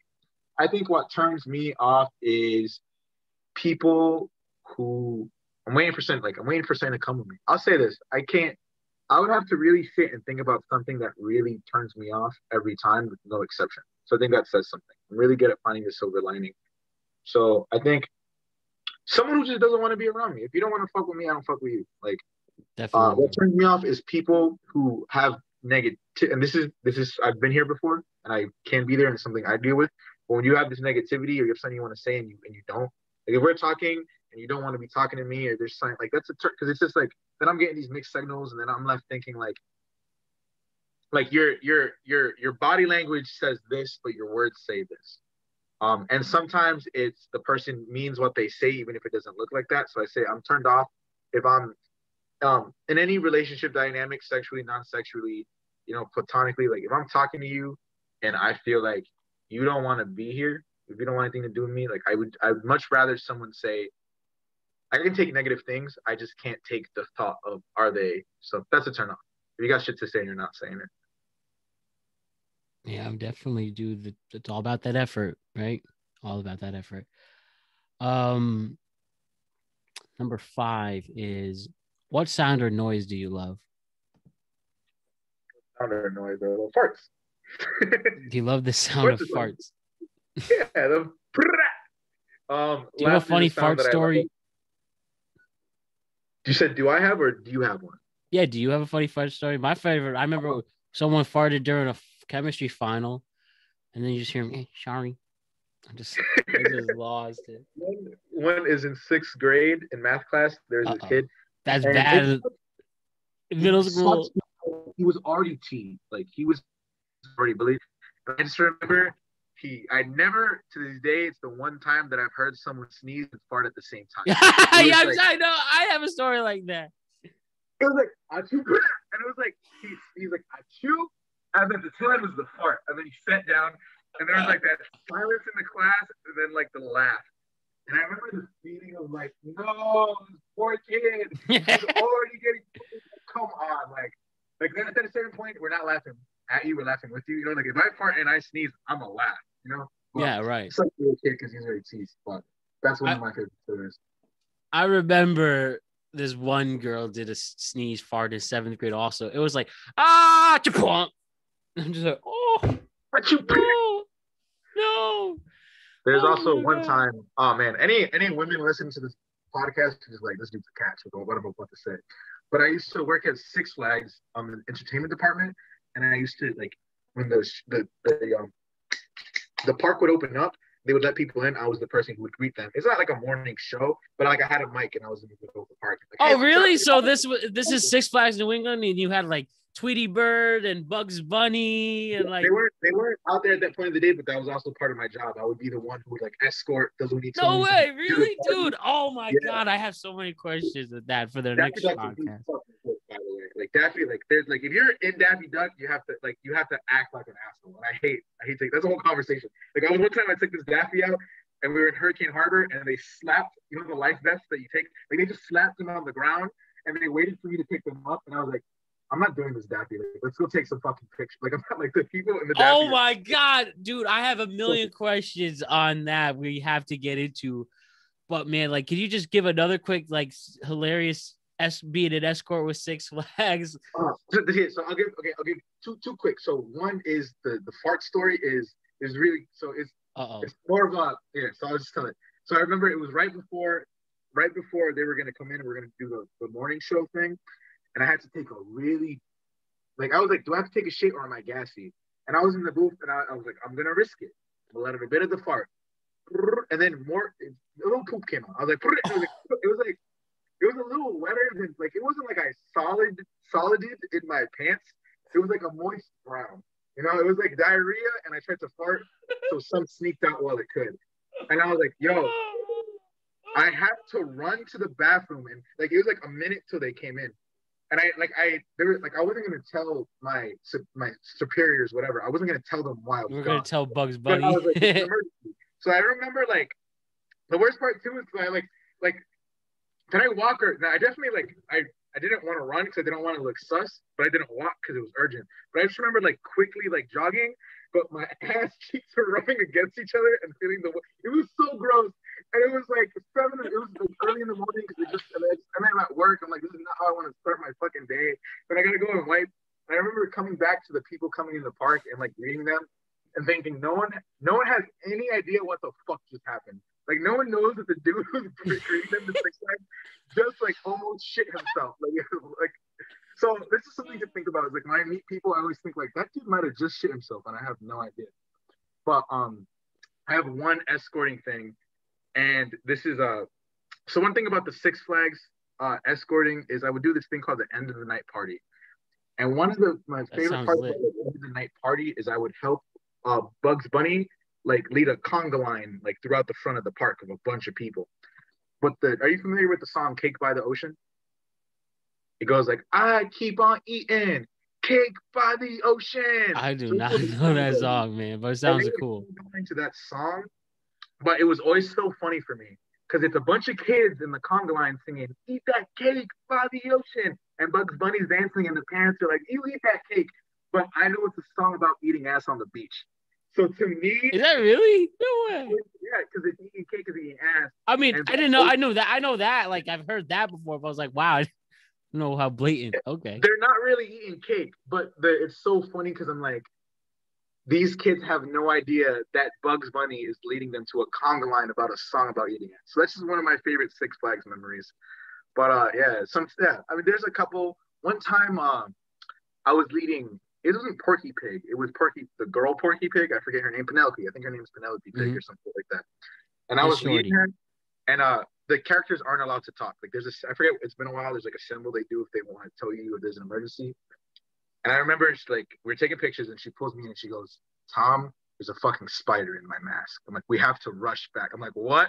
And I thought it was like, because the suits are already really stinky and smelly because they've been used for years, and at a certain point, there's just some smells you can't wash out.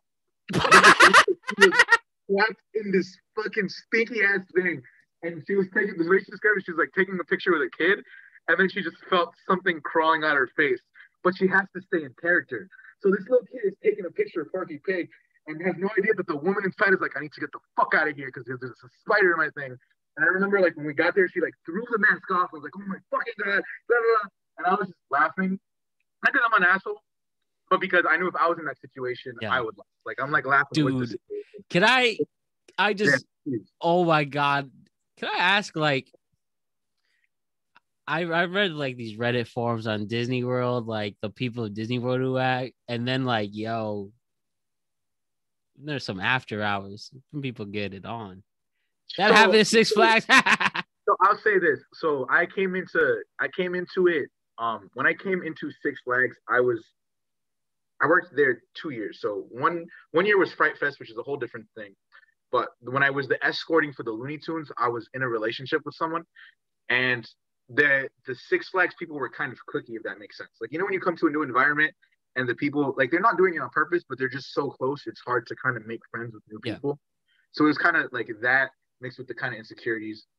So I didn't really get to know the people, and I didn't like working there that much because I felt distant from the people.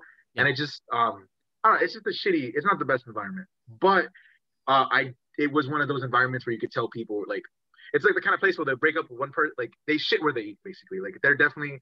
I don't know if they were having crazy sex parties or whatever, but there was definitely like incestual relations between coworkers. Oh my god! Like, is Wonder Woman and Batman getting it on right before? I don't know. Actually, I'm pretty sure there was. I think I'm trying to think. There was someone. I'm trying to think because I feel like you're reminding me of something. I definitely think that at some point Batman dated someone there. At some point Wonder Woman dated someone there. That's hilarious, man. Pretty close. Oh yeah. Like I'm not gonna lie. When I was a kid, especially go there, like seeing whoever was playing Wonder Woman, I'm like, oh my god. Oh man, I would work in the Hall of Justice too. Two of the Wonder Women there, they were sisters, so beautiful. Oh my god. And I'm also a nerd, so like it's just cool being in the Hall of Justice with Robin or Green Lantern. Like that was my favorite part. I hated with the Looney Tunes, but when I was on Hall of Justice duty, you're kind of just like you put on the jumpsuit and you're kind of like the janitor for the Hall of Justice is your kind of thing. But it was really fun because when the kids came in, I would like play trivia with them, and I know everything, not everything, but I know. Are you guys ready to see Superman? Do you they have the case, like they'll have the case with like Green Lantern's like lantern, and they'll have the case with the lasso of truth. And I just feel like awesome being like, do you know what the lasso of truth does? And I tell them everything they gotta know, and the kids are like, oh my god, I didn't know that about Wonder Woman. And I'm like, yeah, fucking superheroes are cool. And then I go fucking babysit Daffy Duck, and it's the worst. Dude, I remember I know him. Well, yeah, I know him there. I know this kid, this guy who was Batman at Universal. Who was Spider-Man at Universal. He would show his like selfies in the locker room with this, maybe and badass, and he would like show the poses they trained him to do. That shit fascinates me. The amusement park life. They're not allowed. Like, I bet it's the same for Disney. I don't know if he told you this, but yeah, if you like take pictures backstage of you in costume or half off in costume, like you can completely lose your job immediately for that. Like even if they don't post it or anything. Even if they find out, I mean, I think like if your supervisor finds out you don't post it, they're gonna be like, if you post that, you can get fired. You know what I mean? It depends how much of a dick your bosses are. But yeah, right.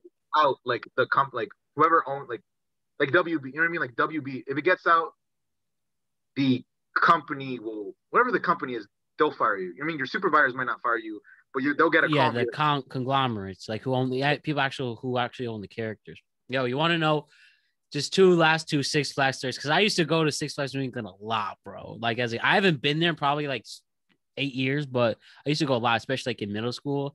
Like I was in the middle school band, and like we would have our big competition there. That's all we would be in the band for, just to skip school one day to go to Six Flags. 2 stories. One, there was this ride where you would drive the car on the fucking the Route 66 kind of ride. Yeah, Route 66. And we were just being 7th and 8th grade assholes, like ramming each other, like stopping the last minute, and then boom. And then, oh, it was so bad. I remember the cars got stuck in the middle of it. It's like a big I-95 crash jam. And I see this poor innocent woman running, like, oh my God, what am I going to do?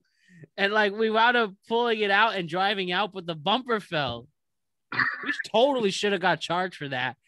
And we just ran away. So I'm sorry. I imagine they would charge you for that, because I'd be pissed. But what's funny about that story is I don't know anyone who knows the Route 60 if you're listening, but it's like just like this little, it's like the loop, and you have the little, they're not bumper cars, but like it's the cars that you to drive around.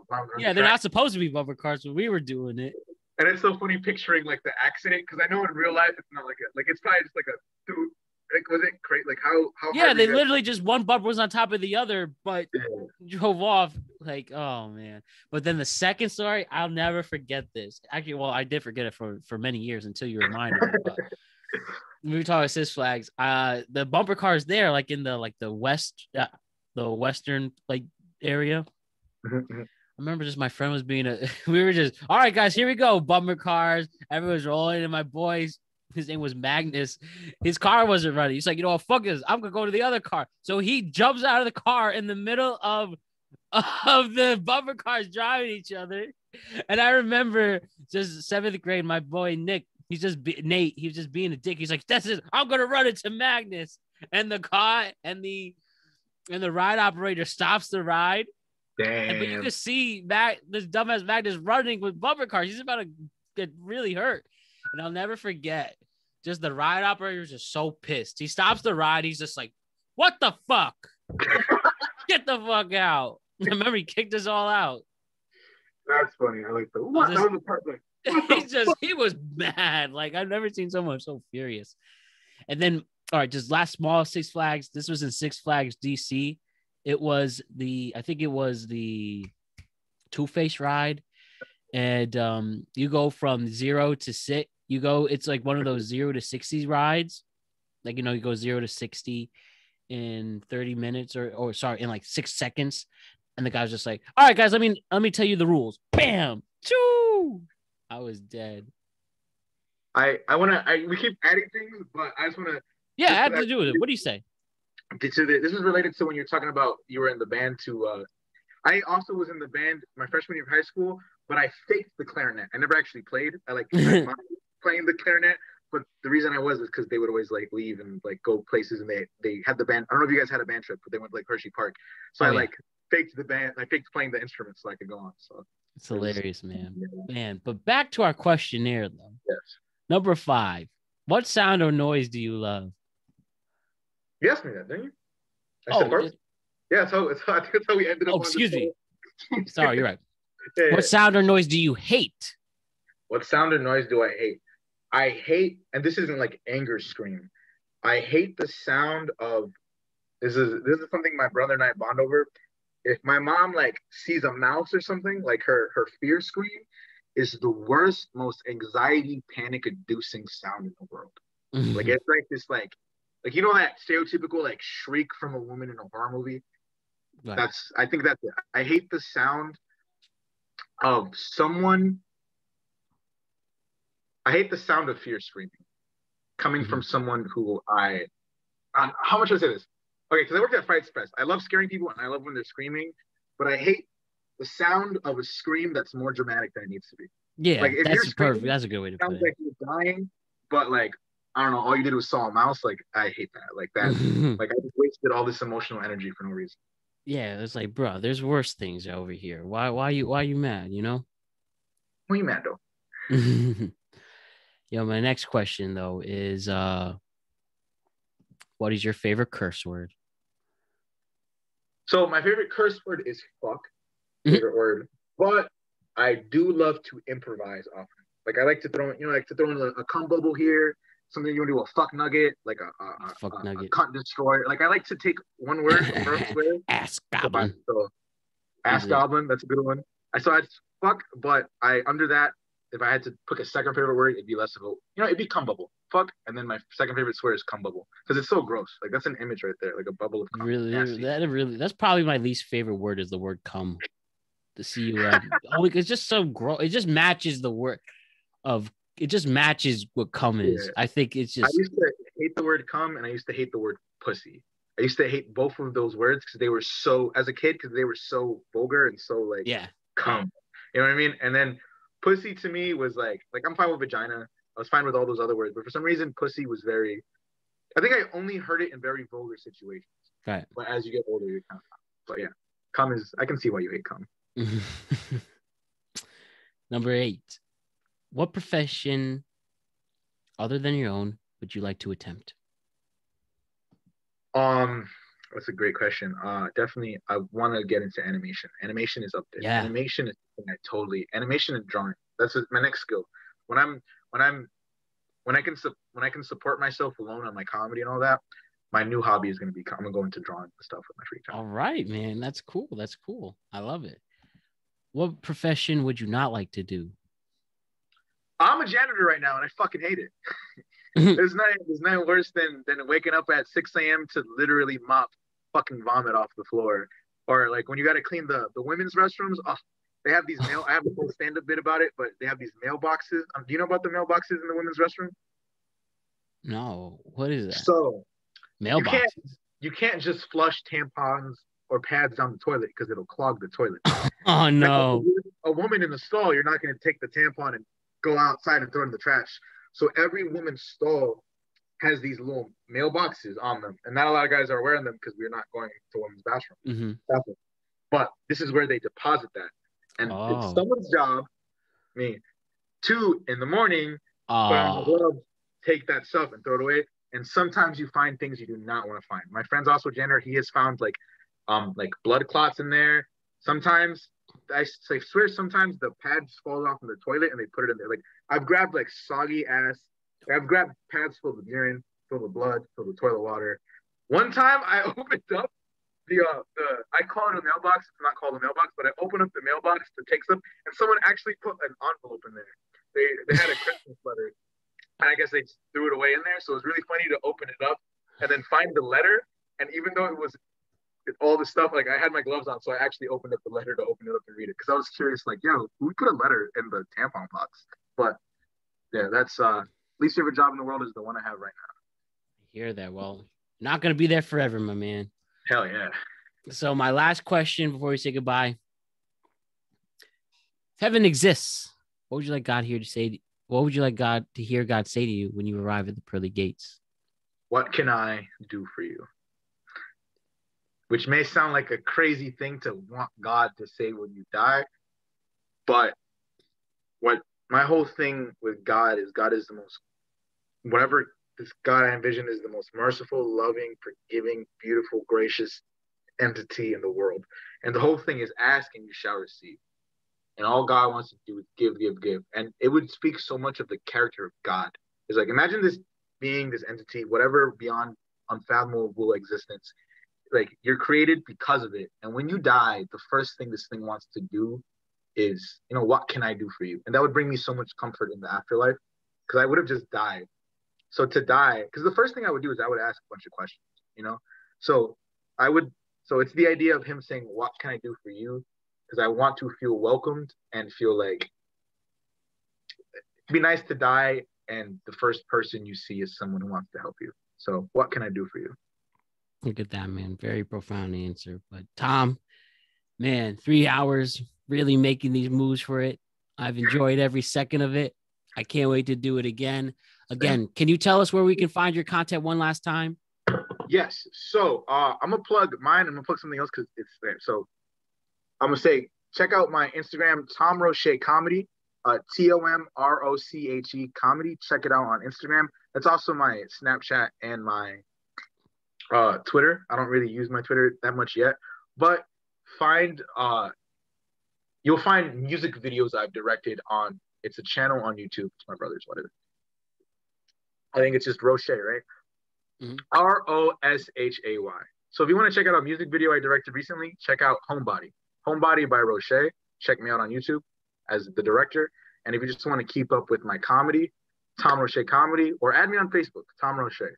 I'm always down to collaborate with artists, talk shop, all that kind of stuff. So that's where you can find me. All right.